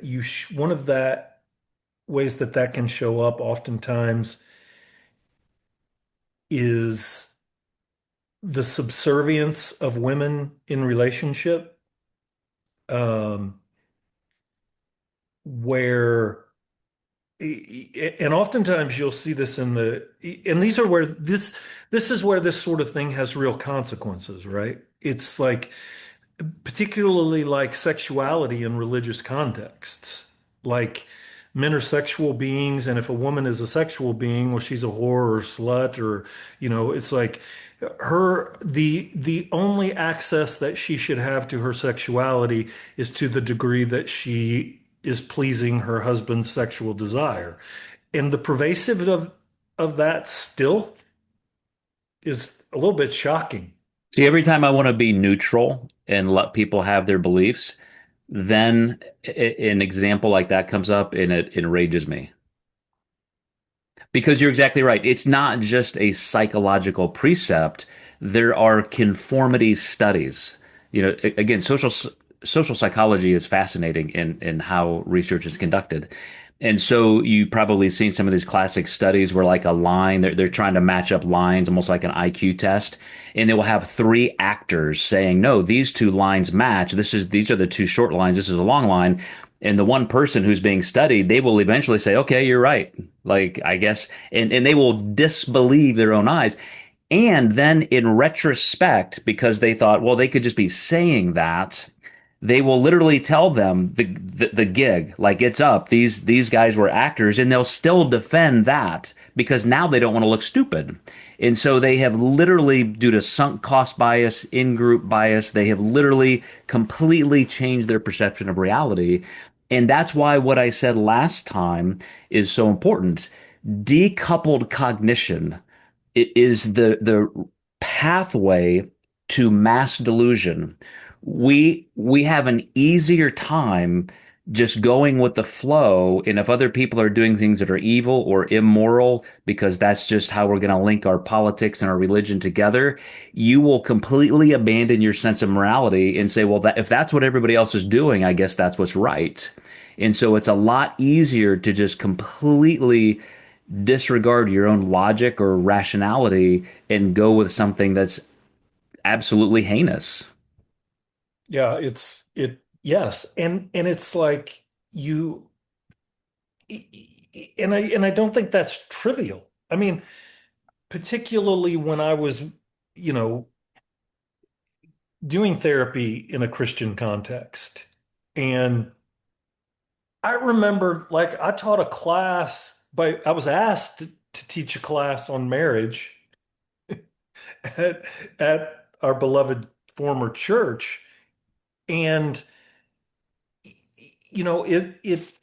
one of the things that, and sexual intimacy as an expression of emotional intimacy, and particularly when I was working within a religious context, the number of women that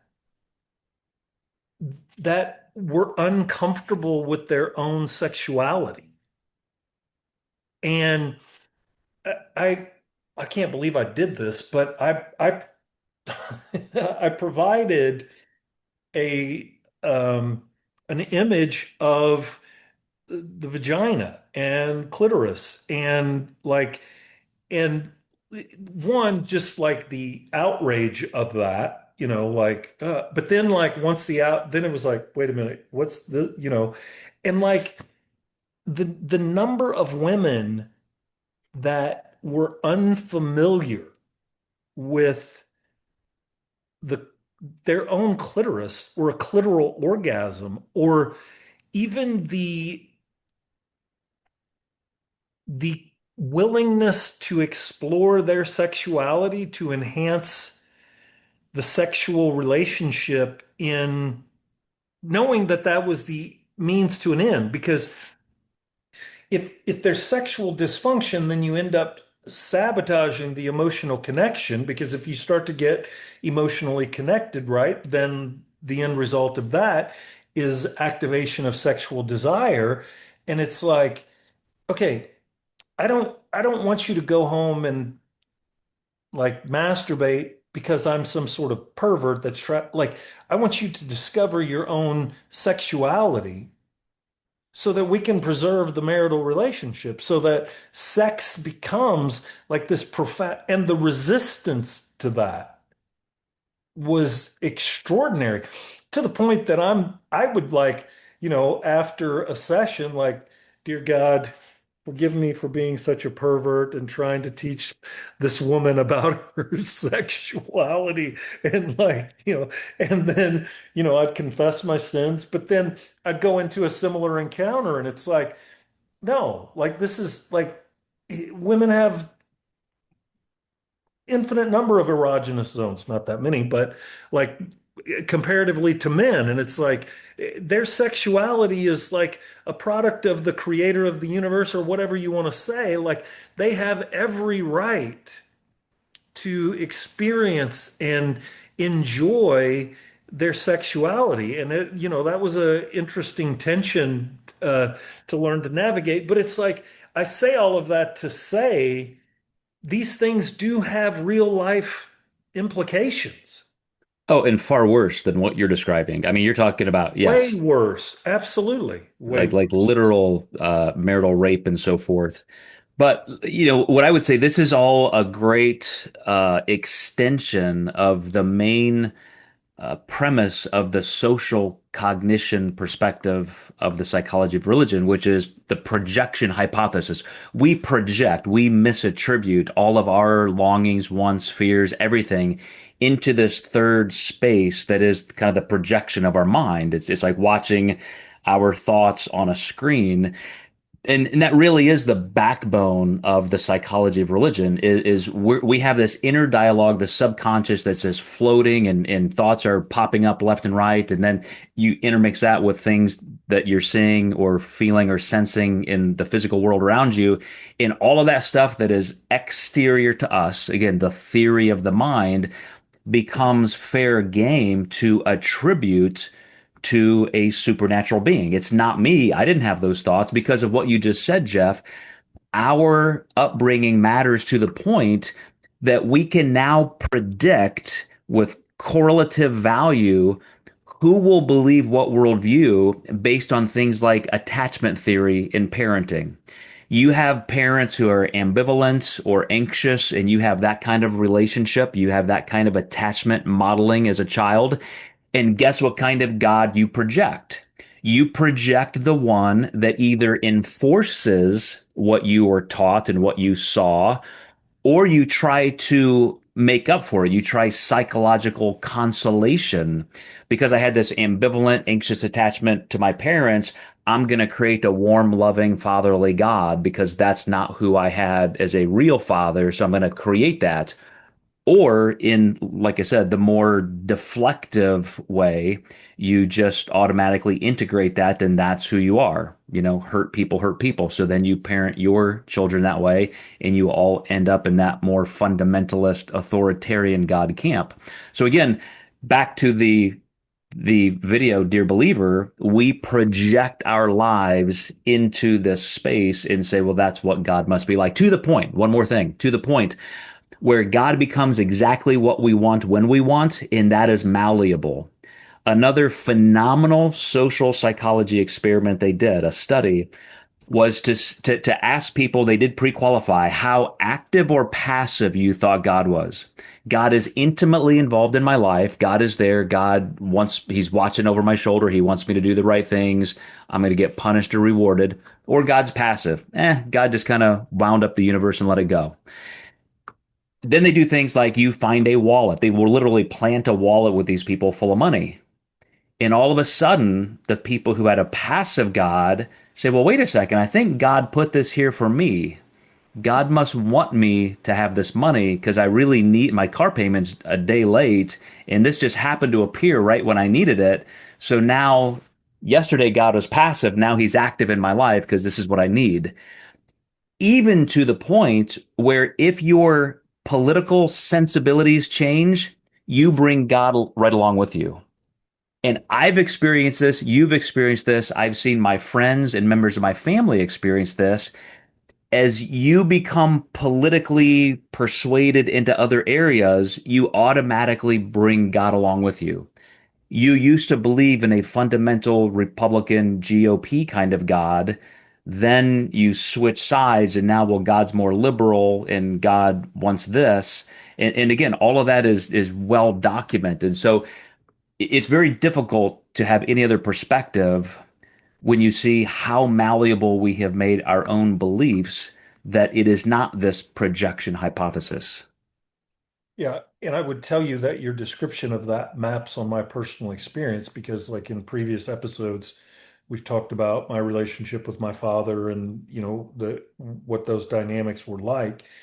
And it's interesting because in my practice of Christianity, God was a God that I could never please. It was just like it wouldn't matter. It was like even if I had a positive experience in some sort of way, and it's like, oh well, I'm taking credit for you know what God did or the Holy Spirit did through me, and like oh, I'm sorry for. I mean, it was like immediately back to this like shame interpretation of the event to where it just it it it ultimately and I remember like thinking eternity, like fuck eternity, and I do not need like that is so the weight, even though whatever version of, I don't know what if I get to design my own paradise or whatever it is, it was just like I couldn't even find solace in that. It was just everything was just this weight to where it's like for my own well-being, I have to put this weight down. Like I cannot, I, I, I have to get away from this. Um, which for me was like then discovering something very beautiful. But in terms of that projection and like father, there was so much transference for me between my personal experience with my father and what I perceived God to be. I think I accepted Jesus Christ in my as my Lord and Savior 493,000 times at final count and was like, I gotta be done. Like I can't accept Jesus as my Savior again, knowing that it just yeah, so that certainly maps with my experience. Well, I'll get a little personal here because I had to recount the story just this week with somebody who knew me 12 years ago. And we were having this conversation. He goes, wow, like last time I lived in Evansville, like you were going to church and blah, blah, blah. And I had to say, well, I was an atheist then. I was just in the closet, and here's why. And I'm going to tell you a couple things. I'll go through the whole chronology because it does also completely explain how we even confabulate our own experiences to protect ourselves. So I think I mentioned last time that I grew up Catholic. So I had this deistic worldview. This was who we are. Then I met Tracy, and she was, I wouldn't call her a fundamentalist, but she went to a fundamentalist evangelical little Christian church where there's hellfire and brimstone preached every single Sunday. And we agreed to keep going back and forth to each other's churches.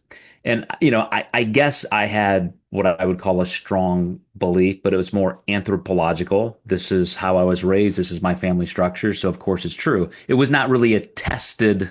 You are going with some high risk words. I just have to like Am I? anthropomorphism, like to Oh, like I thought I was offending somebody. no, no, I'm just like, dude. And then like it just I don't want to interrupt your flow, but I feel like we all need to salute, like you're going with like heavy duty words. Keep going. Okay.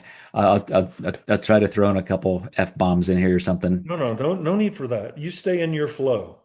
Um, so we were literally trying to convert each other. We had decided, because she thought I would turn into her faith and I would turn her into mine. And so we were just going back and forth. And I ended up having this phenomenal, I don't want to say desire, but kind of to be like her family. My family was chaotic and I explained I had a great relationship with my dad and so forth, but it was still just a weirdly dysfunctional family. And so here was this traditional family. Everybody was nice and sweet and kind and liked each other. Something about it was so amazing that I thought this is where I have to, like, this is good. Like there is something here. So I was more and more interested in being around their family. And then we get to that point where he does a sermon on the rapture. And if you're not, one of us, you're going to hell, even if you think you are. And he was hardcore. Like he knew I was in the front row. He's going right at me. And so, almost like psychological manipulation, like the next day, I have this conversion experience. I'm listening to a Christian song on the radio and I'm weeping and crying and accepting Jesus into my heart, right?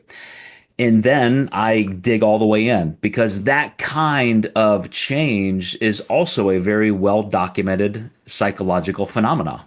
I mean, it takes a certain amount of neuroplasticity for you to completely decide, I'm going to shed this group, this tribe, and graft myself into this new tribe. That's a very traumatic psychological experience, even if we're not talking about religion.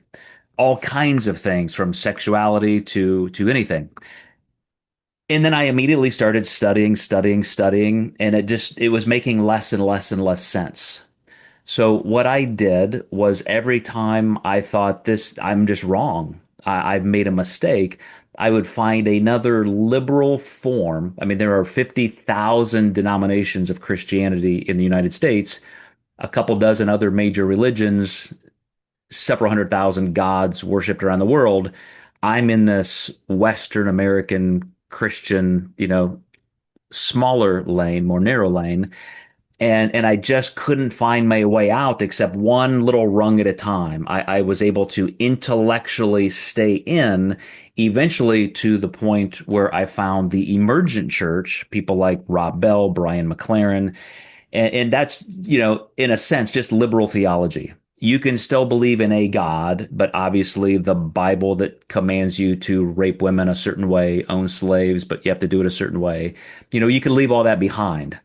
And so I was just moving my own personal goalposts, and I was morphing God along with myself till eventually there was no room left to go. Now I had this family that we were raising in a Christian household. My wife was a believer. And so I was left to just very quietly be an atheist for about a decade. And yet, at the same time, I was playing that role pretty well. And there's another part of introjection, the psychological framework where we're going to fight those doubts in ourselves by acting out in that role even more. So if I can just convert somebody to my belief system that I don't even believe, well, maybe then I'll believe it. Like maybe I can reconvert myself, just like you mentioned, you know, coming back to God, quote unquote, thousands of times. And so I'm explaining this to my friend this week, and he's just fascinated that there were decades of this turmoil that he never saw because I'm just putting on this persona of everything's fine, this is who I am, and any of my own doubts are in here. And I would say that was psychologically torturing to myself. It's more than just inauthentic and dishonest. It's just you don't know which way to go. And so in some of those other social contexts of being in a closet, so to speak, you can see how rough that really is. Yeah, it's I've got like 10,000 thoughts going. Um, all right, next point. Let's go to He's just gonna punt on that one. no. I feel like I want to get further down Well, the discussion. Um, I just have multiple questions, but one of the questions I have for you is, and again, I did not want this series to turn into we're trying to convince people there is no God. I want to give people all of the perspectives. I want them to see every single piece on the board so that, as you said last week, they could just at least examine it. right. Because part of this in-group bias that is so rampant in that decoupled cognition where we just want to go ahead and immerse ourselves in that mass delusion is that you do stop questioning. And I have this little exercise I do with people, which is just change the noun. It's simple. You can do it in any kind of psychological exercise, any kind of dilemma that you're facing. Take yourself out of it, change the noun, and try to make it a little less, forest from the trees, a little less personal. So, as somebody may be hearing me, this is what I did with my friend this week because he's a Christian who's totally fine in his faith. He's just going along doing his thing and never had any thoughts or questions until we had this conversation this week. And I said, look, I don't want to take anything away from you.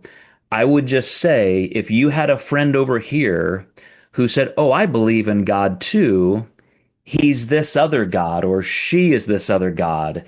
In this other God that you don't believe in, they also want me to worship that God and pray to that God and sacrifice and toil and give money to that God and put my fingers in my ears and never listen to any other conflicting thoughts or perspectives. What would you say to that person? Because you clearly don't believe in that God, right? Just pick one and you don't believe in that God. So you know what it's like to be in my spot. You just have never ever put yourself in that spot to question your own beliefs. Yeah, it's I'm wondering like how do we resolve here's what I'm thinking about because it seems like, because I've met religious people that are have very beautiful, genuine faith.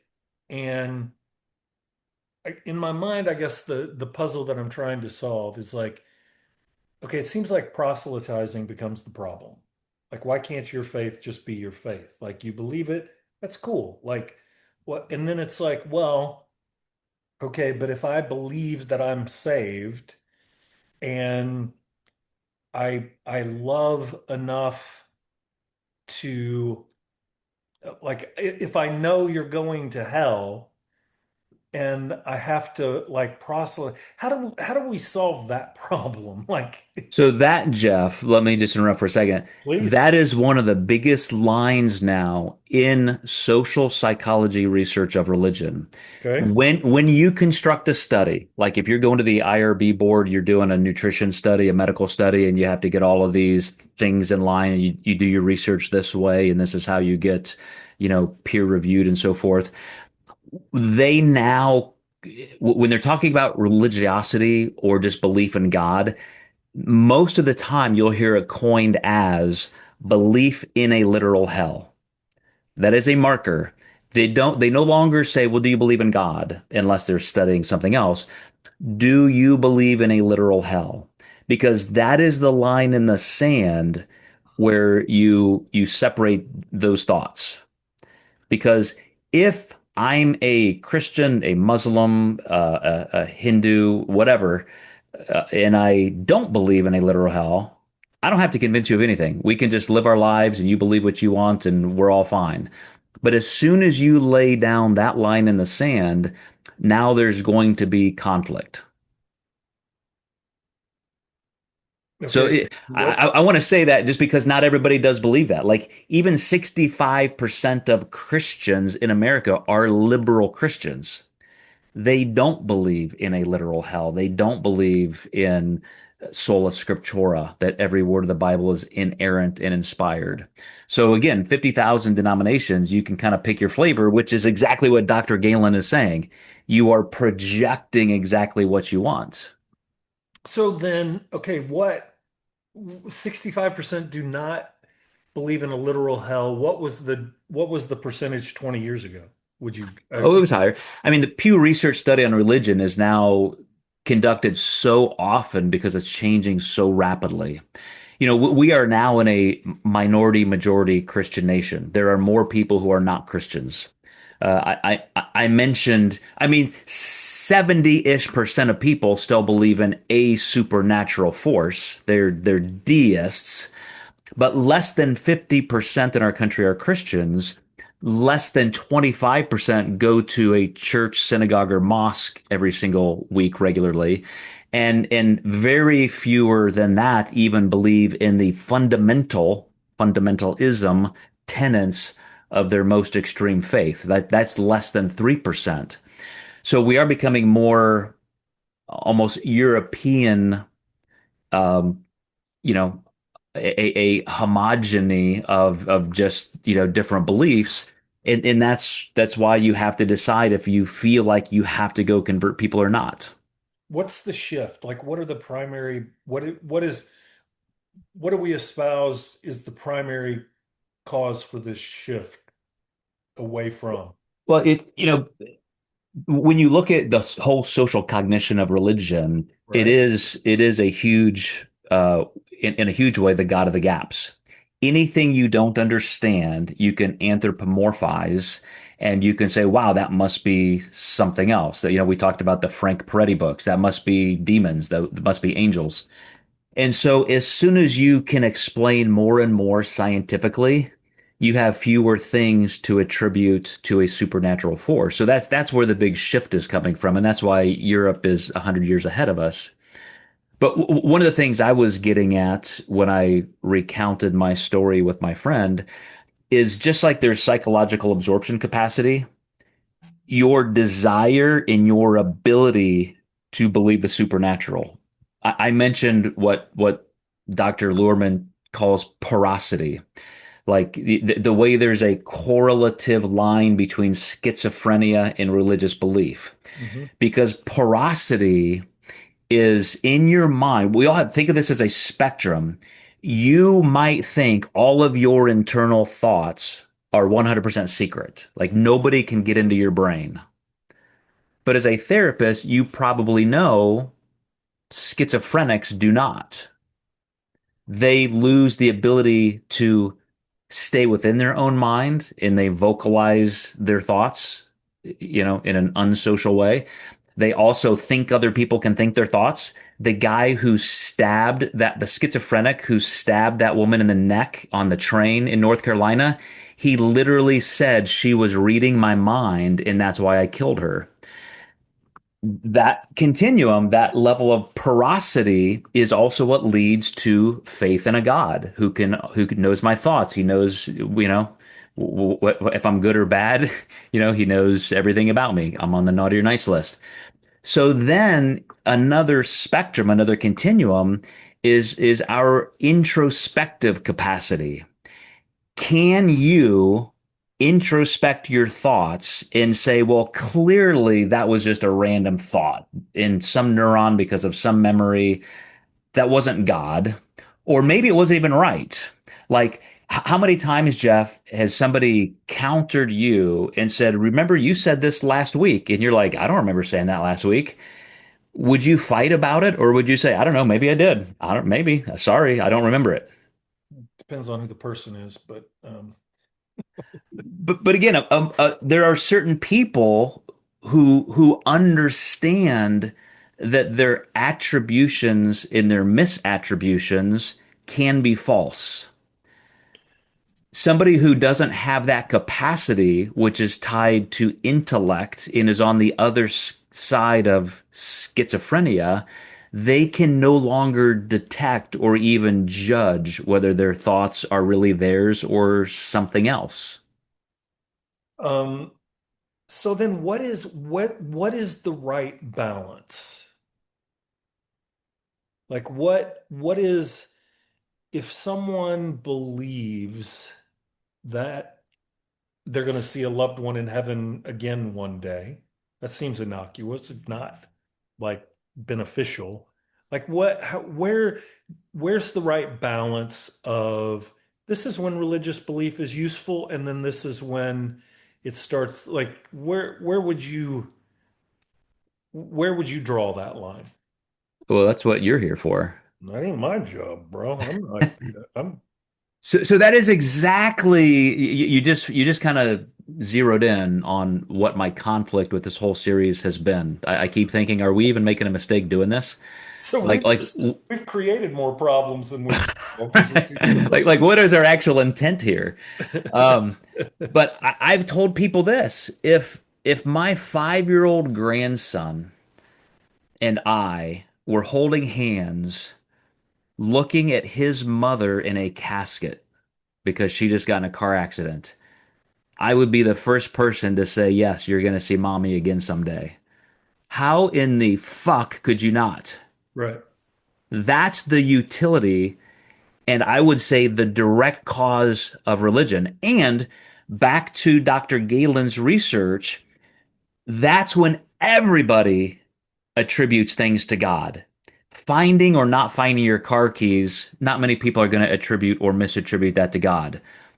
But a famine, a flood, something that seems like a miracle. Oh, this washing machine fell out of the third story window and just missed my head. It was my guardian angel. Well, if it was a feather that missed your head or that bug that flew on my shirt 30 minutes ago, you're less likely to attribute that to a spiritual source. And so, to your point, everything that we do in life, we are literally filtering. And only if it meets a certain threshold do we decide that that has to be attributed to a deity. Okay, so did you answer that question or did Well, and so it's whatever's psychologically useful for you. What do you need to attribute to a god so you can sleep at night? So you don't just completely decompose in your own terror and death anxiety. yeah, this is like, am I answering the question of when is it useful and when it's not useful, or you're answering that question? I did my part. I think you need to weigh in on it.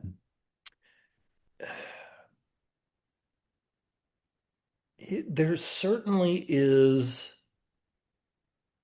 a a utility in a personal religious belief, faith, if you will. It seems like when it becomes a mechanism of a standard that I hold myself to. And, you know, WWJD, if you will. What would Joe do? What would Joe do? And what I literally have a button that says that somewhere here. But what would anyway, Joe do? one of my staff members got that for me. But I'll go back because I do think Christopher Hutchins is I just find him hysterically brilliant. But there does seem to be a precaution worth paying attention to Yes. that when religion causes good people to do bad things. It's like and one of the things I think we've talked about this before, but it's like I always use the child molester dilemma.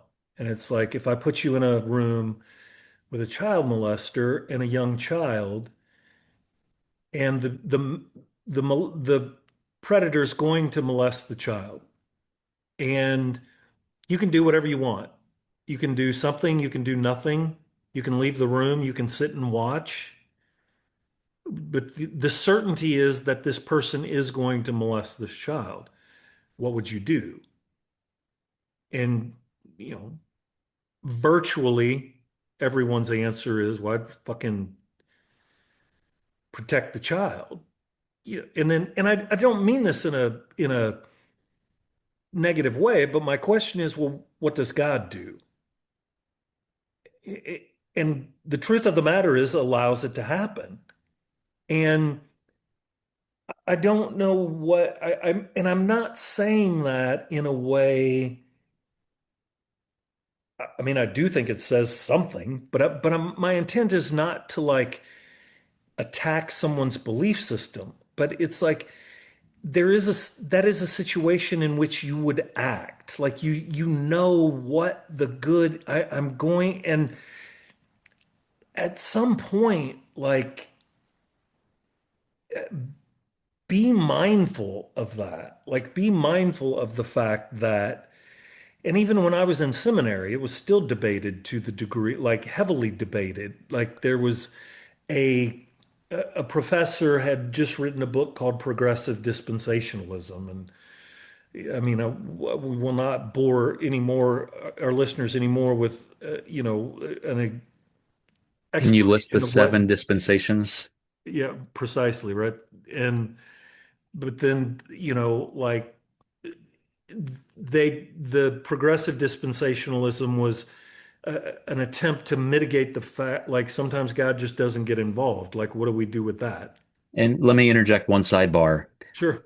The dispensations, Jeff, are to say God acted this way at this time in human history, then he changed his mind and acted this way, then he changed his mind and acted this way. And this dispensation is completely counter to this. So God's character and the way he behaved was totally different and opposing. Why do you think humans did that? Because we are moving God right along with our belief structures and Precisely. our desires and our motives. Yeah. And so, I mean, that's why I was about to tell you that that's an entirely uh, already debated theological thing. You're presenting it to the people to say, you please think of this, and yet you can put God in a passive box. Well, God lets that predation happen. He lets those kids get molested because he's really not involved. Or, well, you don't understand justice. Those people will be punished in hell and that child will be rewarded. So even though they were molested, it doesn't really matter. What happens on this earth doesn't matter. There are dozens of ways to swat away the literal heinous immorality in the dead on bullseye accusation that a God cannot be omnipotent, omniscient, and omnipresent and be a loving God, or the things that happen to us would not happen to us. So I would answer that, Jeff, just by saying, look, if you want to have a faith in a God, great, but you can't have that in this. It's no longer an omnipotent God, or it's not an all loving God, or you have to answer that question that you just posed, Jeff.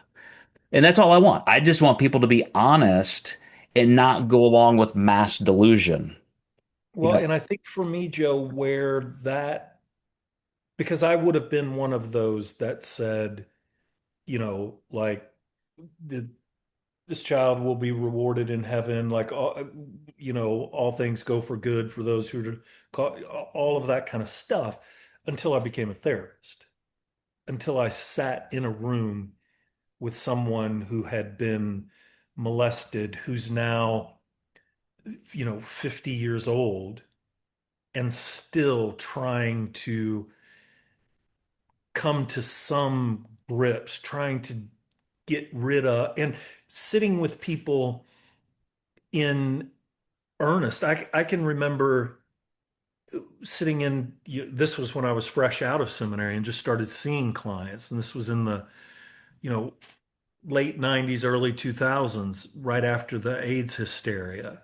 And, after the AIDS hysteria, where being a gay man was essentially, was potentially like asking to be killed. And so men ran to the church and ran into conversion therapy and ran to the altar to get married and had children, and yet and gave a sincere profession of faith, like and I still can remember clients who were struggling with their sexuality, begging, like, why does God hate me? Why won't he heal me from this? And being at your struggle is sincere. Like, I don't know. I don't, you're homosexual. Like, it's just, I don't know what, like, thankfully conversion therapy is like, not, in most states it's illegal, to try to convert someone from homosexuality to heterosexuality, because the only thing that does is increase their suicide risk. And it's, be careful, be very, very careful. I mean, unless you have seen someone struggle with the lifelong after effects of being molested, be be very, very careful about how trite your responses may be to their pain that they are desperately seeking relief from. And don't let religion keep you from being compassionate, from sitting in somebody else's pain with them and offering some absurd fucking explanation that maybe in the afterlife you're going to just trust your intuitions as a human being. well, how many, I'll go to fundamental Christianity, Sharia law in the Islamic faith. How many people in those types of major monotheistic religions have you seen, Jeff, experience familial decisions and crisis points, and you've got a choice to go one way or the other?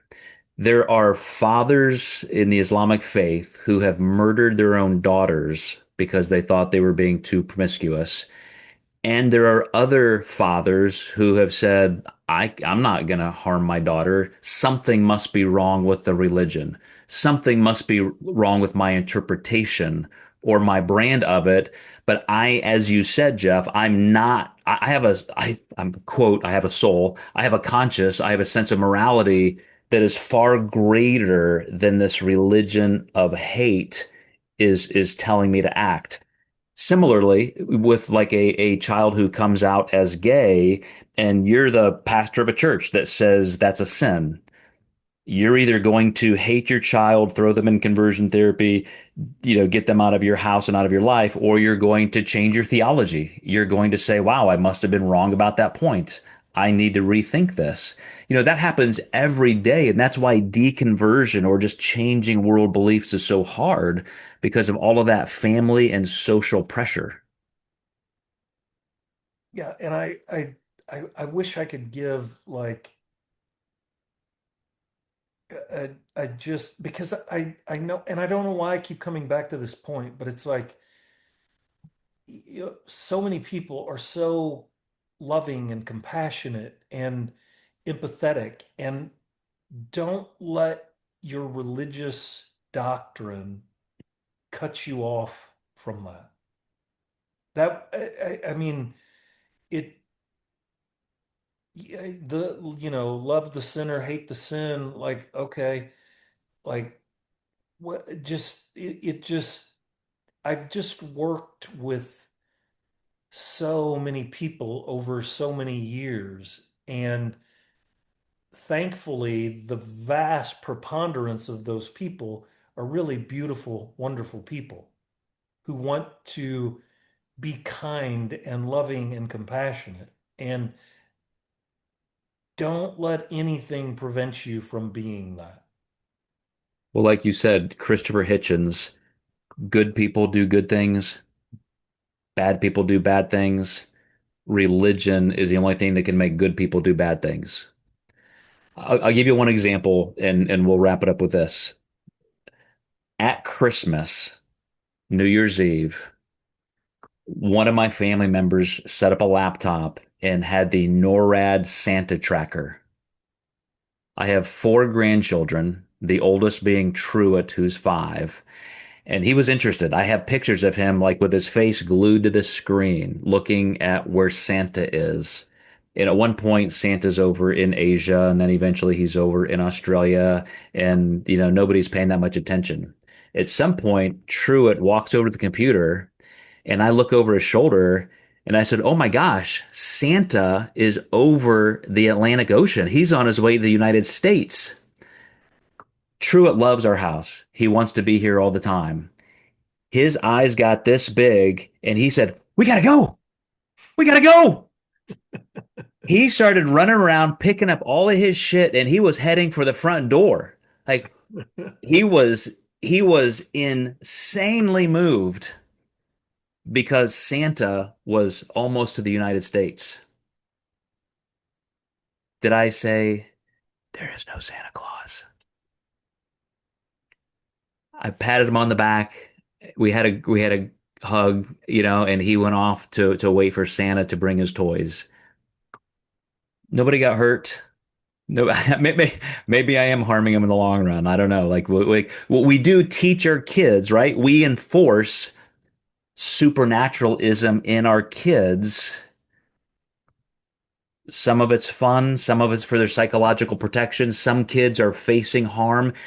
There is greater belief wherever there is more poverty and oppression. There is always greater belief in a God who is someday going to right the wrongs. The just world theory is the foundation of religious interaction in human existence.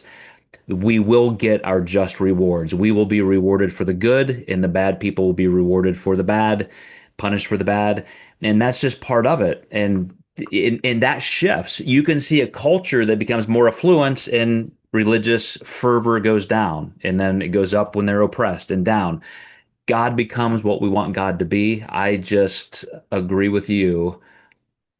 If you're going to believe in a supernatural being and in a faith structure, just make sure it's useful for you and your family and your society, and it's not divisive, violent, hateful, etc. And I will, now that when I first left the church and became an atheist because people insist that you become something, there, I was a heathen and I was definitely ostracized by many, many, many Christian friends. And now that they realize that I don't go around murdering people and I'm actually the same person.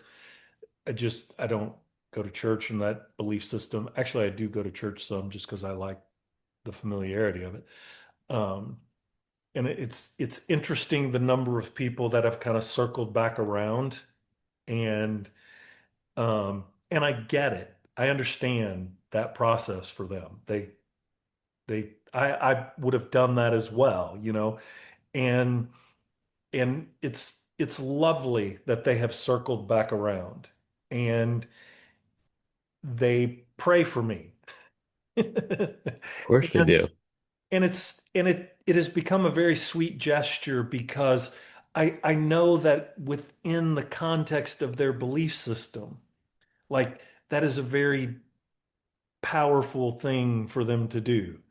And they will remind me, the Calvinists in the group, that once saved, always saved, and that I'm going to Mm, make it in there. And it's like, it, there probably was a time where I would have said, go fuck yourself. I don't need your prayers.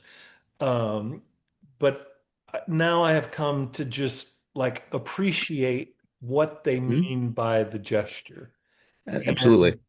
And I know that it comes from a very loving place. And it's the fact that they would even think about that and want to do that for me. It's like I that has come to be something very heartwarming, whereas at a point in time I would have found it highly offensive. And I don't exactly know what the takeaway is by that, but let's just not stop loving each other. Don't let any of these systems get in the way of us, in the words of Carl Rogers, having unconditional positive regard for each other.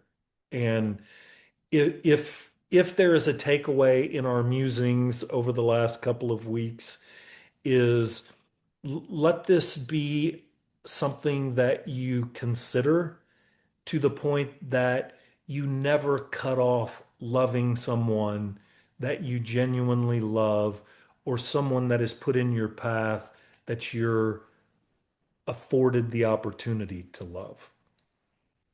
And I cannot improve on that prompt that you said it is. I was ready to say I don't even have one. Like, I don't even know what I'm trying to say in this series. But to just add to what you perfectly said, the way to that is not just to glibly push down any of those feelings and just pretend you love that person, because I have people in my family who do that, but literally have that open-mindedness that you just expressed, that their intent is good. And I would say, like my friend who was questioning me this week, just be willing to examine other people's intents. I mean, obviously, we have the projection hypothesis. We can have theory of mind and we think of what other people's thoughts are. Literally think their thoughts. Why are they doing this? If anybody is interested, I some of my favorite books, as I mentioned, are not the super heavy research books like Galen's, where he's going through Read the stuff. fucking titles, dude. How the hell am I With, going to with this one, Why We Believe by Augustin Fuentes. read? I Again, like pictures. I like pictures. he's the priest from Notre Dame. It's just phenomenal because it's just, even though he's a psychologist, he's writing this in more of a self-help kind of purview. It's same thing with Dr. Luhrmann, When God Talks Back and How God Becomes Real. Like, some of these things are extremely accessible, and you can remain a believer. My wife is a Christian, and I do not attack her for her faith. I do with her what you just described, where we try to support each other.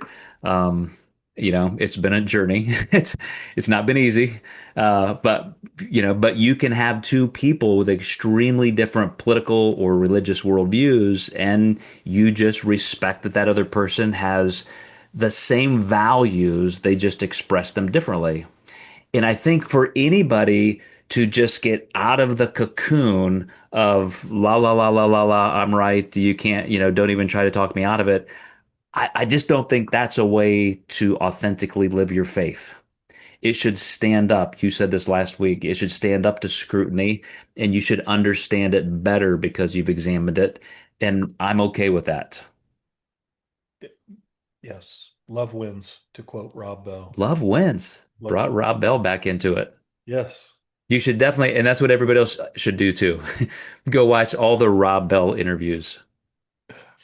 Dude, and the Numa videos, those were just like Uh, the one about rain, like if you, oh, Buddy, it'll be okay. oh, Buddy, we're almost there. I'm gonna go watch it again I now. literally watched them all just a couple weeks ago.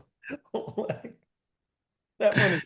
I don't know. Maybe I'm gonna. I don't know. Maybe we'll You see. should. I'll You let you know should. after I watch the video. All right, we are going to And this do a plane. third. We are going to do a third episode in this series because I do want to touch on some of the biology, and we'll see what else we can dredge up just to torture ourselves and you. And all of our listeners. So hang in there. Okay, man. Appreciate it. We'll see you guys next time in Human.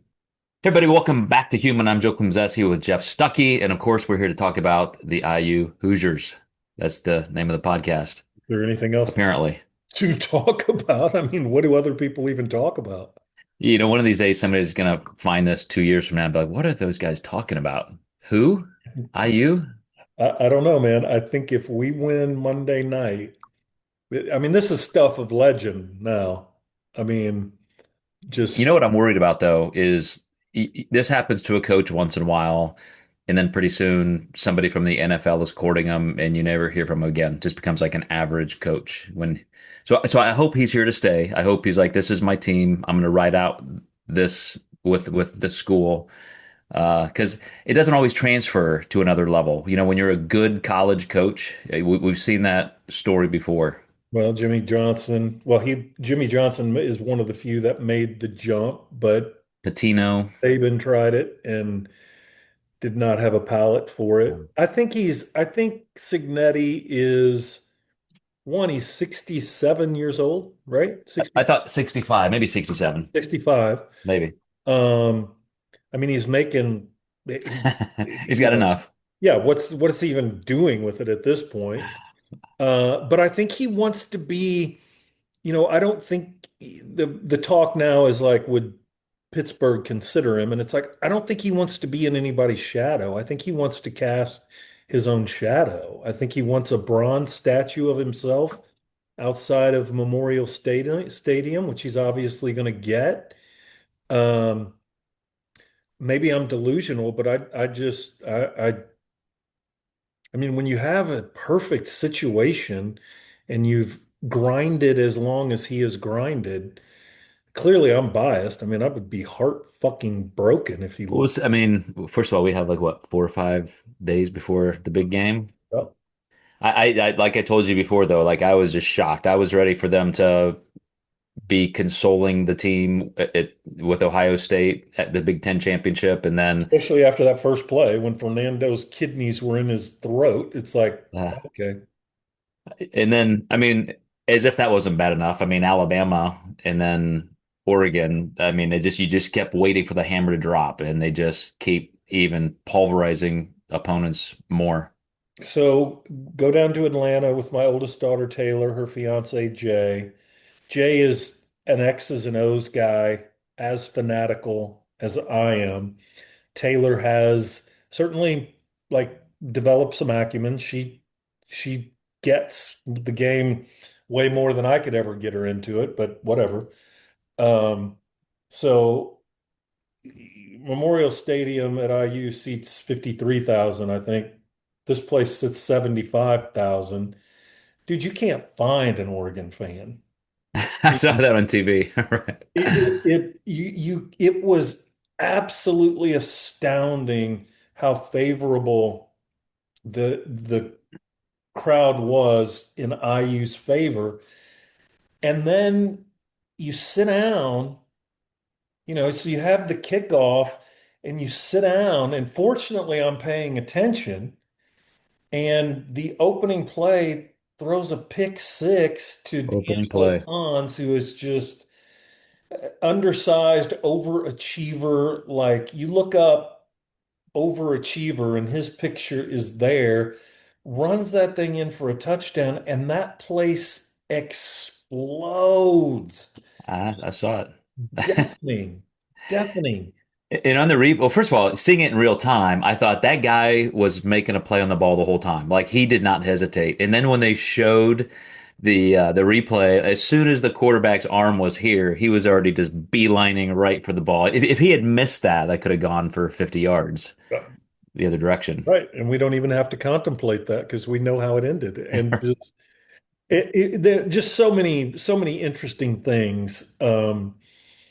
Yeah, so I could go on and on about that, but we have to somehow try to land this plane tonight. So I Yeah. suppose we So should. let me, I'm going to need to finish my tequila. Bro, Before we finish this, keep whatever you want to call a series that we're keep trying to piece pouring. together here.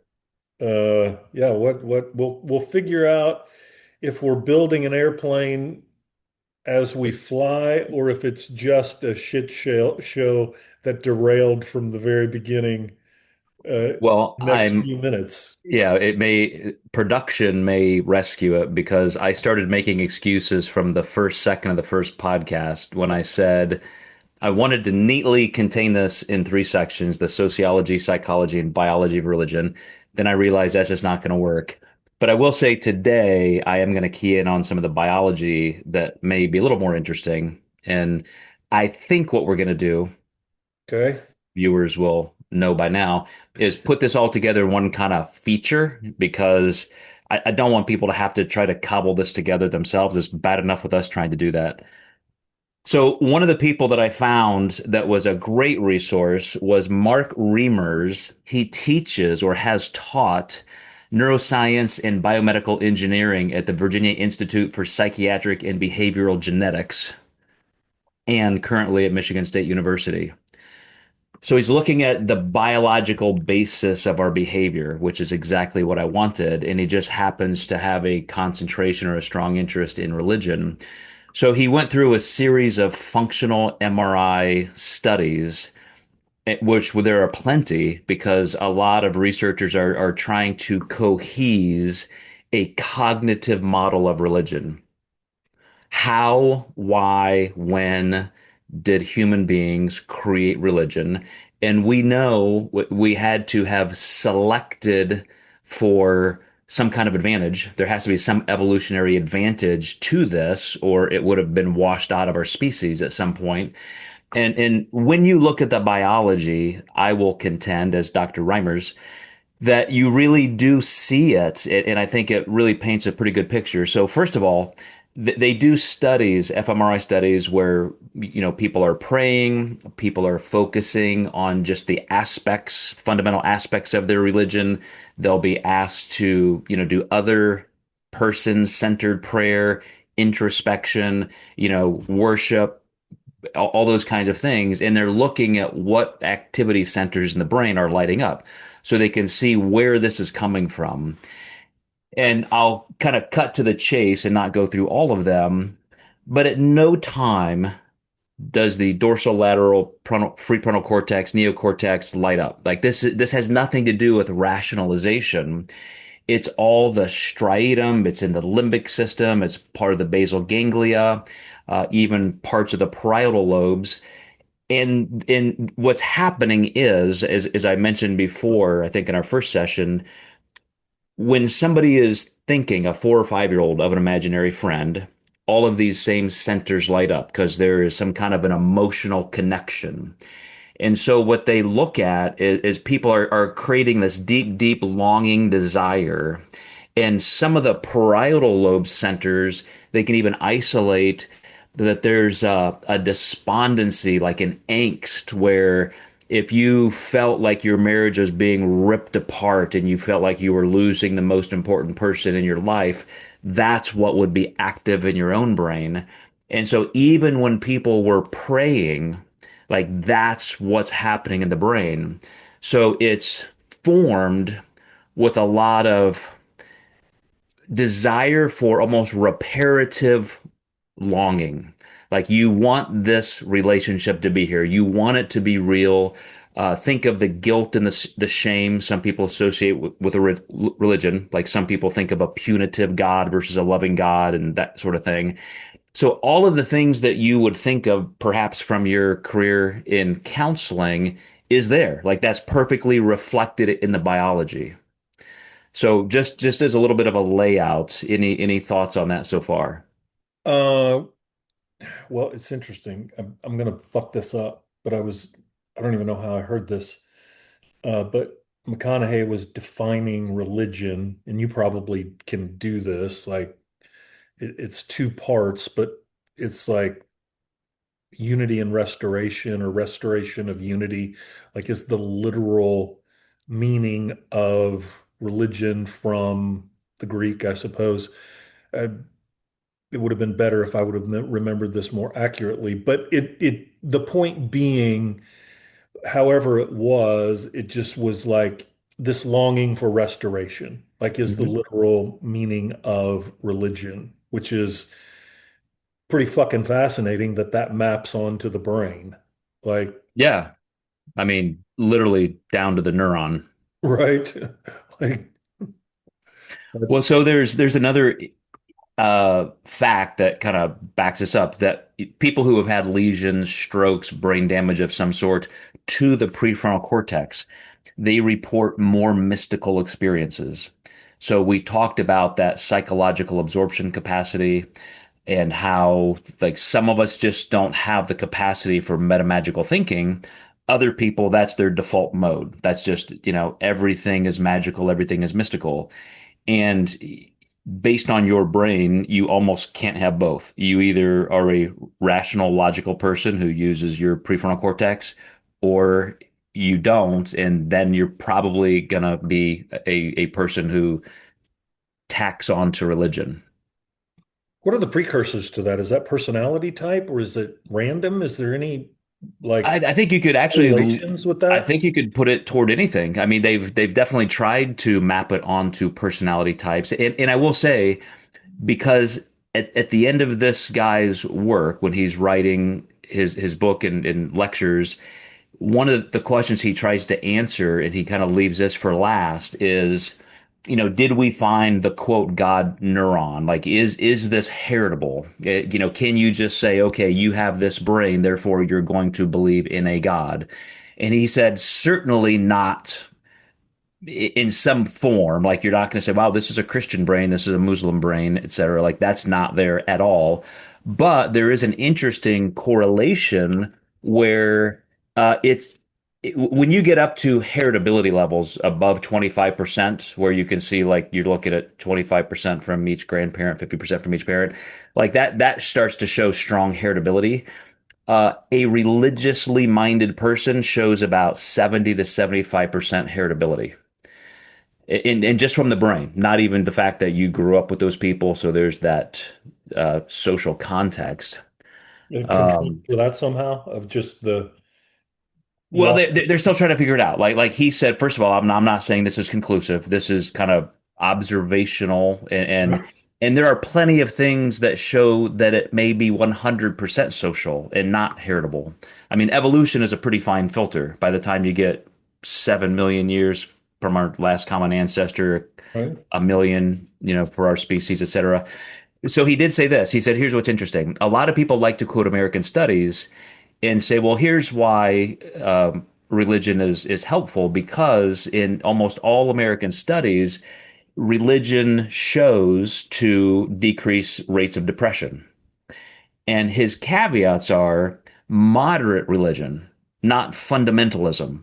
Like if you're a fundamentalist in any religion, that does not transfer. But when you go to Europe and you look at their studies, religion actually increases depression. And correlates with Well, moderation versus fanaticism or so here's what you have to decide almost on a social science level. Why in the US, so let's just think of capitalism, high individual freedom drive, that sort of thing. Why would belief in a God that is personal and protects you and gives you things, gives you eternal life, why does that make you feel better? And then why in Europe would that be a negative? And it's because in Europe, they're far more pro social. So they already have a lot of social inclusion. The one thing, and this goes back to Dr. Fuente's book, he's the anthropologist from Notre Dame. He goes through the evolution more from an anthropological level. He goes all the way back, literally like 3, 4, 5 million years ago, where we start seeing the use of tools and so forth. And every step of the way, when we see a massive change in the socialization of human beings, there's a big step toward more organized religiosity. And what happens in the brain as we start developing? bigger limbic systems, for example, because we're starting to parent children in more longer term clan oriented tribes. You need more language, you need more trust, you need more empathy, you need more cohesion, and you literally see those in the brain. And every time you get more empathy, more desire, more oxytocin, more dopamine, more neurochemical drive for social compatibility and social reciprocation, there becomes higher beliefs in God. So it gets back to that theory of mind. When you can when I can think that my friend Jeff Stucke is thinking about me, and I'm thinking about Jeff thinking about me, and I know I can have thoughts that are detached from my current situation, I can I can replay a conversation we had yesterday. I can practice a conversation I want to have with you. That theory of mind is just 1000% parallel to doing the same thing with a deity. So in European cultures, they are more pro-social. How does that manifest like in day-to-day life? Well, like when I went over to Poland, and I would stroll by the river at lunch. Like everybody's out walking their dog, everybody's laying on the bank of the river. They're just everybody's out doing things. You work your work day, and then Reineck Square in Krakow is this massive, massive, massive city block. I mean, it's probably 12 city blocks by 12 city blocks, and it's a huge public square where all the restaurants are facing. It's all filled with tables. Everybody in the whole city is just there in the evening, every night. It's not just for a concert or a holiday. Like everybody, you know how families are just more cohesive. You have your grandparents and your aunt and your uncle, and everybody tends to live close together or literally together. So they just don't get the benefits that organized religion gives to us. We're more isolated. We're more like, get off my lawn. You stay over there. You're the opposite political stripe that I am, etc. So church gives us that pro-social cohesion that can help us become less depressed. Over there, What they don't so have that need.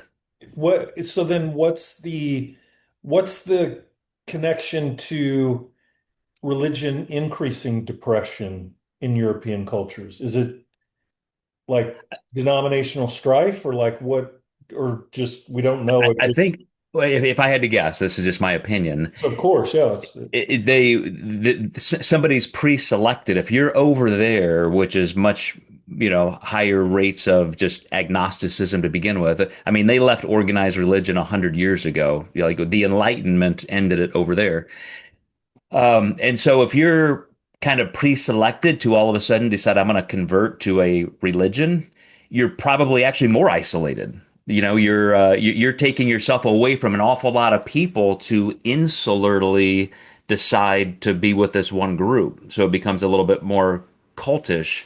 So it kind of shows again that we probably created religion for those pro-social needs. In the types of religions we have created, you look at the nomadic ones, the monotheistic gods versus polytheistic, etc. Like they all map onto the ecology needs at the time. So, as is famously said, God didn't create us in his image, we create God in our image. And so, whatever kind of God we need for the kind of utility we think we have to have, that's the one we create. I mean, that again is just perfectly seen culture to culture. And then do you feel like it just naturally, my God's better than your God is just a natural tension between religions? Yes, I mean, because once you have that tool, once you have that leverage, you can play it out. And so, one of the things, one of the final questions that this neuroscientist said was, are we wired to be religious? Like, is that it? Like, do we have the genetic, biological framework that almost demands this? And even Dawkins talked about this. Humans are selected for compulsive social performance. We see it in mate selection and sex signaling. We see it in how we, you know, peacock against each other, standing down. You're looking for that social hierarchy, that pecking order. Everything becomes socially performative because we are acting in this group. I think you and I talked about Chimp Empire, the Netflix documentary, Yeah. and how you watch that, and it's like, holy shit, I just learned everything I ever need to know about humans by watching that. Wow, we are primates. I mean, shocking, I know. So here's one of the things that I will eventually come back to end on, but I know you said last time, feel free to be religious, worship whatever God you want, just do it kindly, try not to murder people, don't use it for hate. Do you see a negative, like in mass, if we were to say, okay, in 50 years, we're just going to expunge religion from society, what do you think would happen? I know the answer, by the way. This is kind of a test. I felt it. Like you always hate that when like professors are asking you, and it's like, you motherfucker, you already know what you're looking for. Um, Boy, that is a good question because there's so many variables involved because it seems like fanaticism uh is the Achilles heel to many types of orientations. You're Uh, nailing it right now, just to let you know. I You're am on the right nailing path. it. Yeah, you're nailing it. Um, what would happen? It would reemerge. Yes, in a Uh, different form. And it already does. Like we're talking about our sports fanaticism, our populistic nationalism, that sort of thing. Even atheists, I mean, this is the most like low-hanging fruit. Even atheists totally recreate the entire organized religion model just without God. We are literally wired to do all of the same things. Religion is just one flavor of what we already do. Now, obviously, a spectrum, but when you think of organized religion, you think of those people taking it really seriously, down to the fundamentalist levels where they're willing to kill and die for it. But again, when you look at the vast majority, most people are not there. They're kind of along for the ride. I'm just here to have friends and again, be in that pro-social environment. so then what are our guardrails? Why is, I mean, you see it manifest like what, and it's from my perspective, it's complicated by the claims of exclusivity within the religions. Jesus Christ is the only way. Muslims, the infidels. It, it's it's how do you maximize the utility of it without venturing off into either praying in the apocalypse, like, please let this be the end of the world and Jesus coming, versus, jihad and holy war. And like, is there any, because that from my perspective is the Achilles heel, and it's a pretty significant one. Like, Well, but again, it's not everywhere because I just read in the paper, saw it on the news, like there was some kind of natural disaster or something, and like a Jewish synagogue or an Islamic mosque was destroyed. And a Christian pastor said, "Hey, while you guys are rebuilding, you can have your services in our church." Tell me how many Christian pastors would let that happen? well, and as you say that, it seems like, God, I want to be careful. It seems like the a person's position on Israel is increasingly consequential. It's like that seems to be becoming very significant in our social discussion of, and again, maybe I'm reading between the lines a little bit, but it's like, do you believe that Israel's God's chosen people or not? And it's like, well, shit, man, I don't, I, I Well, that's become just this heuristic for which side are you on. precisely. That's the ignorant, non-thinking Christian perspective.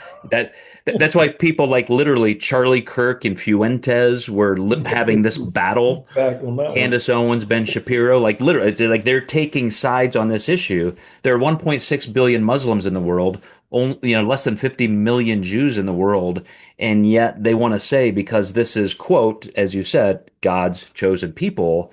That's that mental heuristic. But let me give you a little framework because you're asking how we can keep it and make it useful.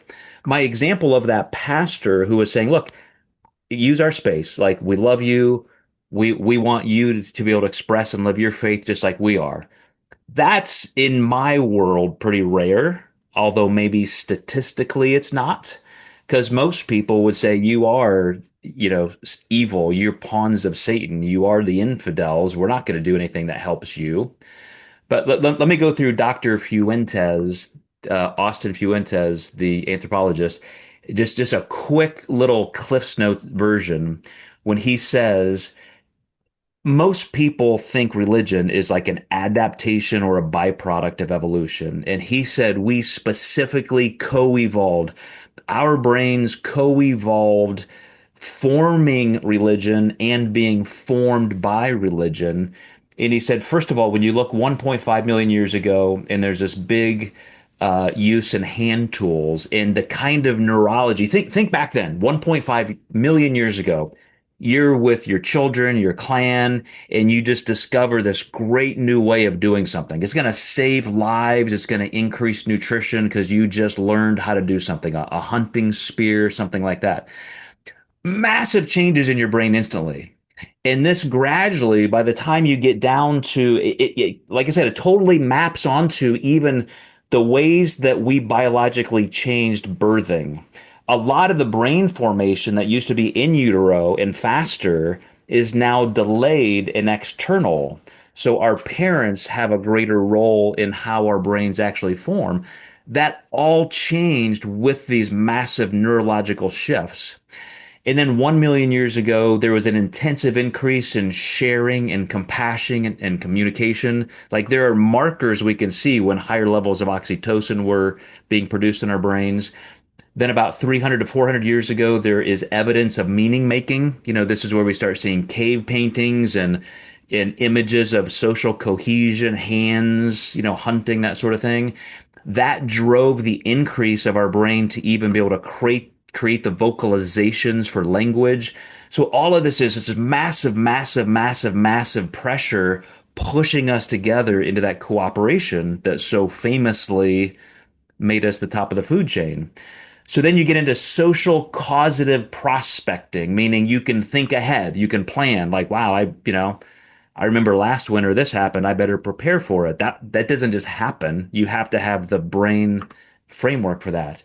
That allows us to create societies, which means our meaning making increases, which means that we can then form belief and then we can form religion. So all of those, it was just inevitable as we're creating that neurological structure for meaning making and theory of mind that you would then have that hyperactive agency detection. And again, I can't underestimate what it means that we can have those interjections in our brain where we're thinking about other people's thoughts and we can think about our thoughts detached from our immediate physical needs. Like that didn't happen 4 billion years ago. That's been a gradual process that has shaped us over time. Do you see a difference in your practice between people's ability to handle their religious life well and people who are consumed by it negatively? I see the predominant shift that I see almost exclusively is people moving out of the religious category into a category of spiritual. I'm religious, not spiritual. So, and seems to be from that mostly seems to be conceptual categories. I don't know that I really understand like the practical implications of it, except I don't go to a religious facility and engage in religious practice. I don't, when you ask people like, well, tell me about your spirituality, that tends to get like very ambiguous. And again, I'm not speaking in judgment of anything. I'm just saying like that's the predominant shift. I have seen, and this goes back to a little bit what we talked about last week. If I were saying net positive, net negative, the preponderance would be a net negative impact on people of, you know, a on some level a live and let live, because they feel compelled by the creator of the universe to proselytize. And so, that then puts a lot of people in one of two categories. I would say most people a sense of inadequacy or failure because they don't want to do it. I don't want to go like ask them if you died tomorrow, what would happen? So I see my personal experience would be, the majority of people experience a sense of shame because of that. The people that are in the proselytizing category tend to have somewhat of a narcissistic bend to them. I'm enlightened, and so they're looking at people through lenses of superiority versus inferiority, which is precisely narcissism. And those people tend to be pretty intolerable, to be Well, frank. so if I could mention, that's one of the things I left out from this neuroscientist. There were also studies on that. People who are very separation oriented, they want to divide, and they have this superior sense of morality. That's just tied right into the amygdala. And to your earlier point, this does completely just map onto personality types. And if you remember Dr. Galen, the social scientist we talked about in the first episode, he said that's why God is always an exact reflection of us because we filter ourselves into the denominations and maybe even the religious uh, angles that fit us best. Because you're not going to, if you don't want to go out there and proselytize and you're more of a meek person, an introvert, you're gonna end up in a denomination that does not emphasize that. You just are. You can't stay in that other place. And so we automatically just find that comfort level. Yeah, I'm reminded when I was in seminary, we had to go to different denominational and different religious orientation services. And a group of us went to a Hindu temple. And it was fucking awesome. I mean, it was like, I mean, it was contemplative, it was joyful, I remember at the end, um, I don't even know what we were doing. Like we were chanting and we were holding hands and we were, doing something. And I just remember having this existential crisis of like, fuck, I think this is awesome. Like, I shouldn't be liking this. I want to come back. And I just remember this one guy going around the room just targeting people and just, do you know that you're going to hell? Like, and it's like, He wasn't Hindu, was he? no, he was one of the guys that One we of were you in guys. seminary with. Right? Yes. It's Okay. Okay. like, Now it makes sense. yeah. And it's like, dude, what are Yeah. you? doing? Well, see, and so that's why they have more than a million gods, and they're very accepting of other gods. They just love the mystical, and from Shiva and Ganesh and all of their major gods, like it's all inclusion and peace, and we're here. And again, remember, it's a reflection of our ecological needs.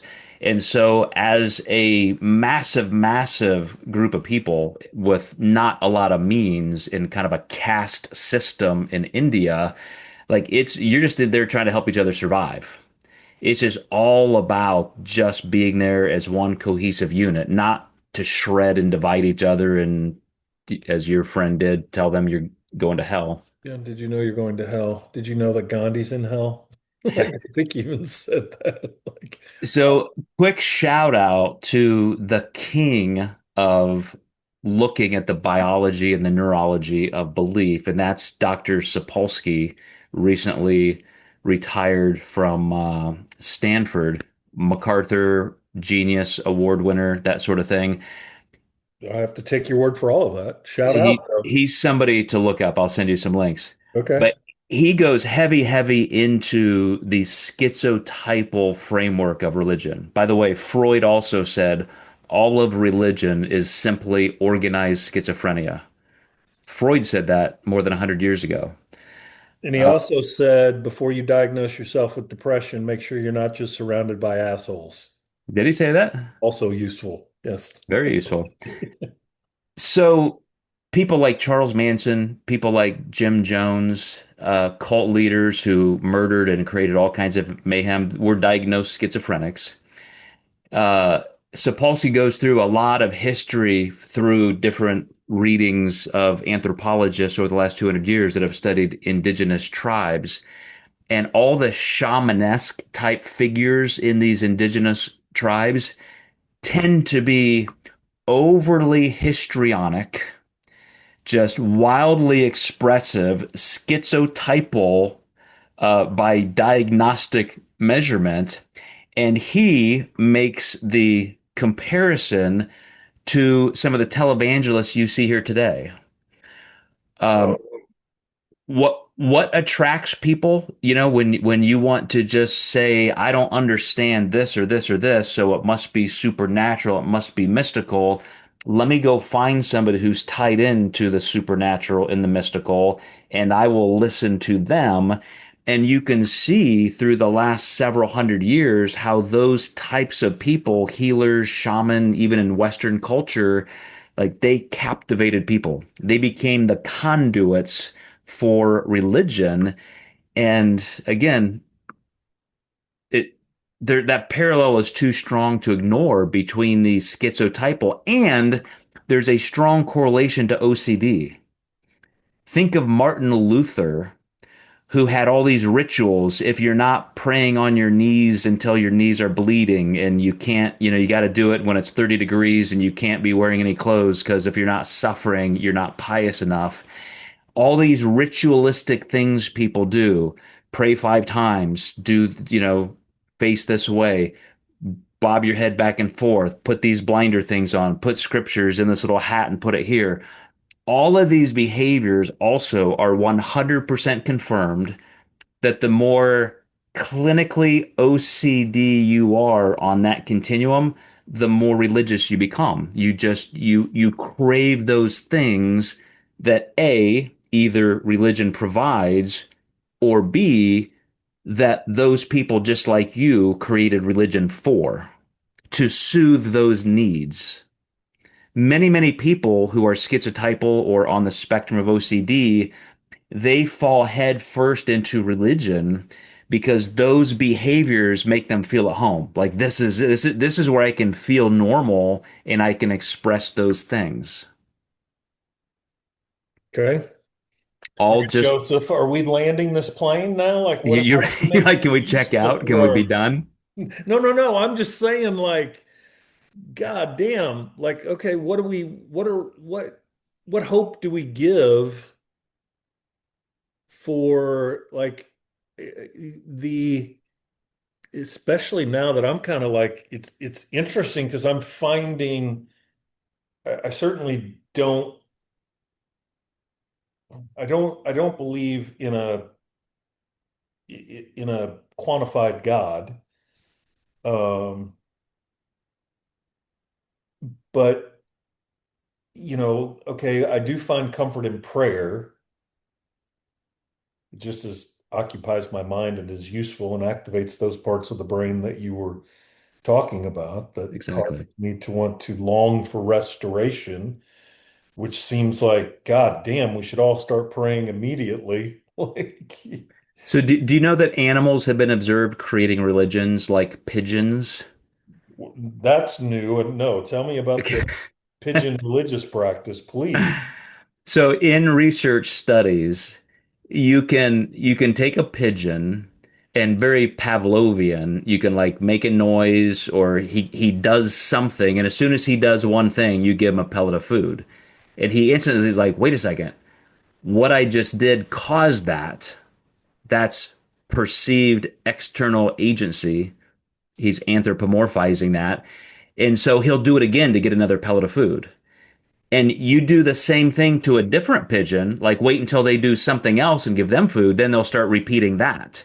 And it becomes this ritualistic practice. So now you literally have them, you can create these different groups of birds literally performing religiously ritualistic practices because they know the god of the food pellet will give them food when they do that one thing. It's instant. Hmm. Like Interesting, isn't it? all it has to be is rewarded once. Oh, and well, and then reinforce. Like they'll do it again. Birds are smart enough that they'll do it again. Like they figure it out very quickly. There is this legendary pigeon at a bar down on the Chicago River. He is of legend. I mean, people fly in from international places, and he gives the most compelling injured wing performance that I'm talking like Oscar winning, like, and it's Wow, because you see it the first time, and you can tell people that have never been to the bar before because they're all like, "Oh, look at that poor little pigeon," and then somebody that's seen the performance is like, "Get the fuck out of here!" that is. It's just, I was just like, it's like, huh, that's interesting. Like, it got rewarded enough now that He acts that way. yeah, he endures the scorn to like, I'll find somebody that's I know the God of the French fry is here somewhere. I just have to navigate these other demonic forces to find Yeah. the God of the French fry. So Saint Catherine of Siena in the 14th century starved herself to death, much like Martin Luther, for piety. She just thought she doesn't deserve a loving God, and so she must just desecrate herself. And she would only eat the scabs of lepers and drink the pus from their wounds. God damn, Joe, a warning would have been nice for that one. And she starved herself literally to death because that was her ritualistic OCD attachment theory parental driven view of God. She made God that reflection of herself. Whoa. Do you know Wow. most autistic people who are religious? Do you know what their God is like to them personally? An asshole? Very cold and distant and mechanical. You ask an autistic believer what God is like, and they'll say, well, he keeps the stars hanging in the sky. He makes sure the atoms are all spinning in the right direction. Never a personal loving God because their brains don't perceive that. So their God is a simple reflection of their own neurobiology. Wow. Okay, you wanted to land this thing. You want to get out of this mess. Well, fuck, now that you've stained my brain with eating leper scabs, like I don't what anyway, okay, let me try to stop thinking about that. Um, one of the researchers I read this week mentioned something similar to what I said last week, which is if you get a religious person, a believer of some sort, to understand all these things, and they understand enough of the neurobiology, they see the sociology and all those experiments and all of the things that are proven psychologically, all the ways it maps onto our own behavior and own reflections, and you get into the metamagical thinking and just all of that, and you get them to finally say, okay, but that's why religion and belief in God and eternal life is based on faith. All of that stuff you just said, okay, you can have that. I have my faith. I have faith that you are wrong. And that's the final vestige that I don't think you and I should try to break. Like, I'm okay educating people, and if you're basing beliefs on things that just aren't true because you don't know, I feel compelled to lead you to that information so you can make a more, you know, formal decision, so to speak, like just a more informed decision. But if you come back and say all of that's okay, but I still want it, I need it, I'm going to practice it, and I'm going to do it by faith in light of all of the quote facts you gave me, I'm like, okay, I think I can live with that because it seems like you're using it for the right reasons in terms of self help, maybe even the goal of helping other people. But so much of religion is to divide and to cast aside. It's just, it's such an interesting oxymoron that it's for social cohesion, but only in our group. And then you are cohesing against us, and Right. that's why 25% of all of our species has died because of religion. And then it's like, yeah, now anything when I'm, it goes back to Hutchins saying that evil people do evil, but only religion can make good people do evil things. And it's just like, it and I think so like it just like for one example, it's like I mean most religions are pretty fucking hostile towards homosexuals. And it's like how do you argue, how do you push back? That's where I feel like the rub comes in about why this is a necessary conversation is, and I think people's attitudes towards homosexuals, even though we've certainly changed, we've certainly moved, I think, to where most people don't have the level of hostility and condemnation, certainly as they did, early 80s, AIDS hysteria, those kinds of things. But for me, that's the real rub of this entire conversation. You don't want people to use religion to harm other people. And you don't have it's like you don't have to do that. Right. It's like, but when their creator of the universe is saying, well, yeah, you do, you gotta hate them, we used to have to stone them to death, it's like that's where I feel like this discussion is important. And for somebody that is fervently religious, and I've known, and I have very close friends. I've said this before. I have very close friends that are very devout in their faith, and I'm married to one. you're married to one. And I don't think she thinks I need to be stoned to death anymore. I'm not certain. I think she's No, like we talked about, her faith has evolved as she has evolved. Shocking, I know. I heard that somewhere. So we're not against religion or faith or belief. We're against using it to harm other people, even yourself. and that's where I feel like what you are speaking on, the sociological, the psychological, the biological. That's why I think it has importance for a religiously fervent person to take into consideration. Oh, okay. So there is a individual and collective. position that says man creates gods in his own image, I can still hold on to the aspects of my religious faith that serve me well, but I don't have to let it turn into hostility towards others. That's where I feel like if there's anything critical about the conversation that you and I've had over these last couple of weeks, number one, it's a difficult fucking conversation.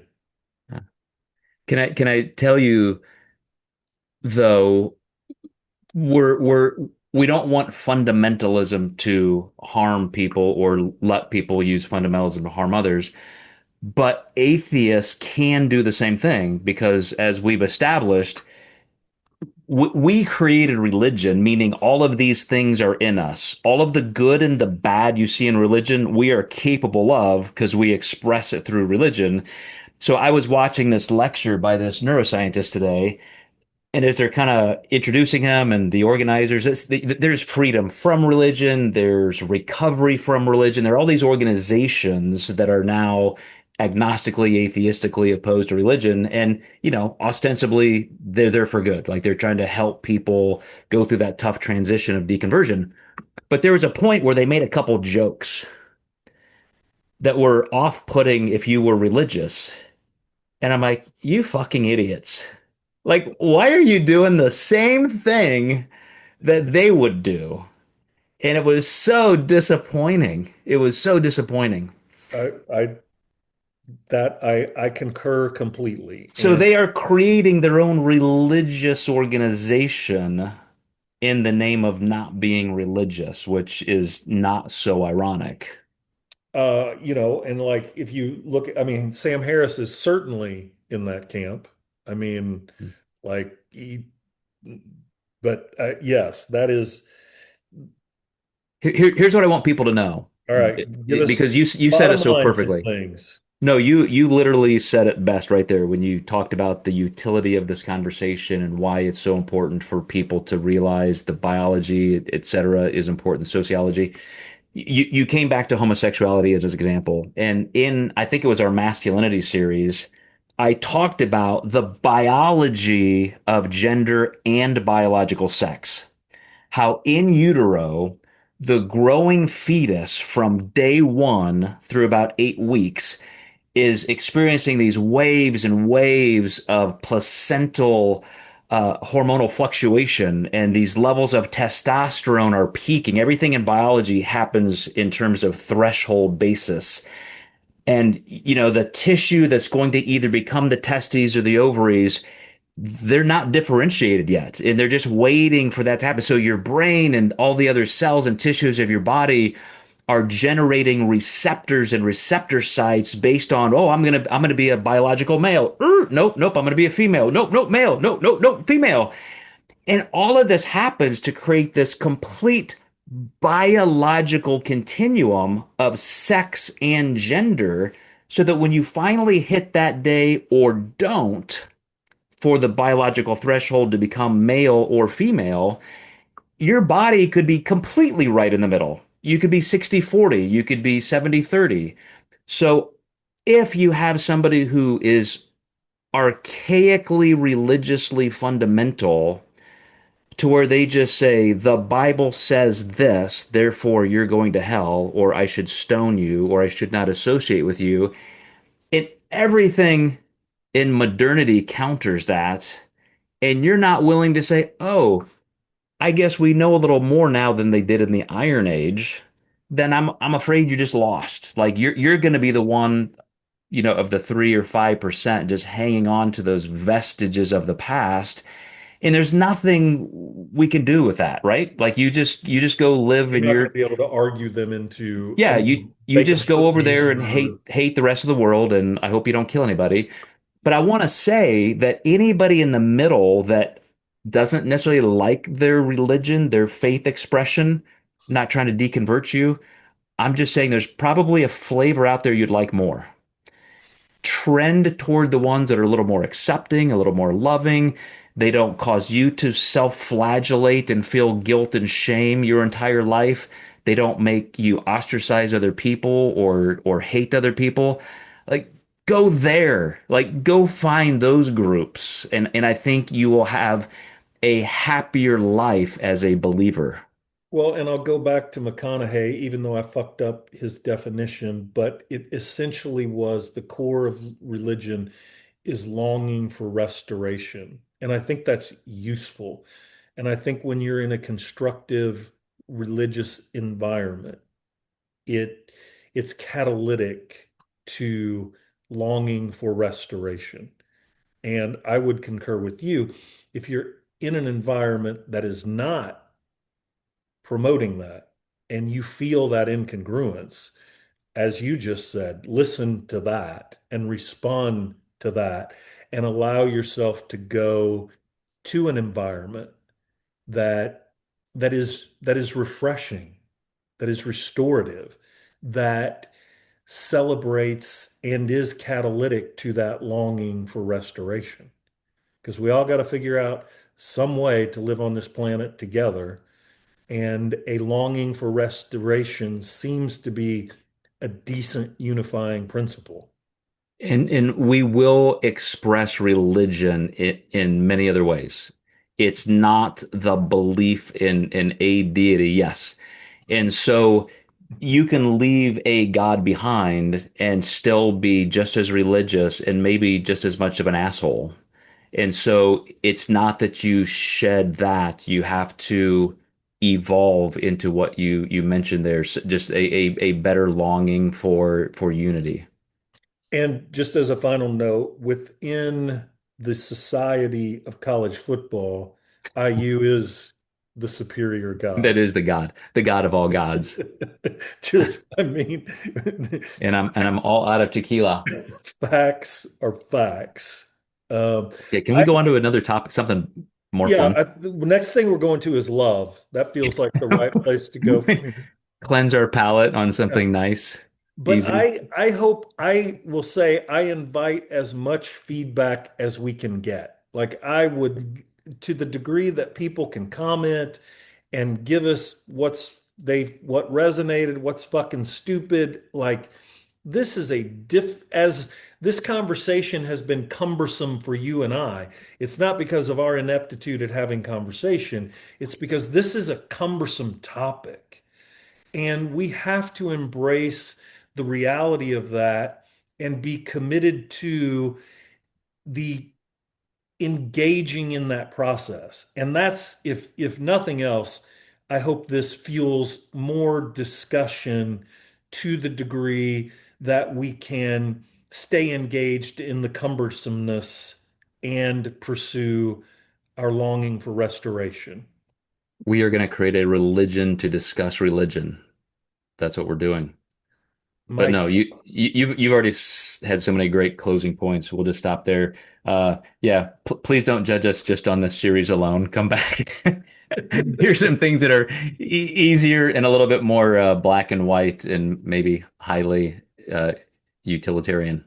I think we put the plane together and got it on the ground. I mean, Okay, maybe any landing you can walk away from is a successful landing. that may be all we did. And at our next session, we'll be able to report on the IU season in its entirety. Indeed, So and looking forward to that. I will have my new tattoos to commemorate. So look forward to Sure that. you will. Okay. We will see all of you guys next time in Human.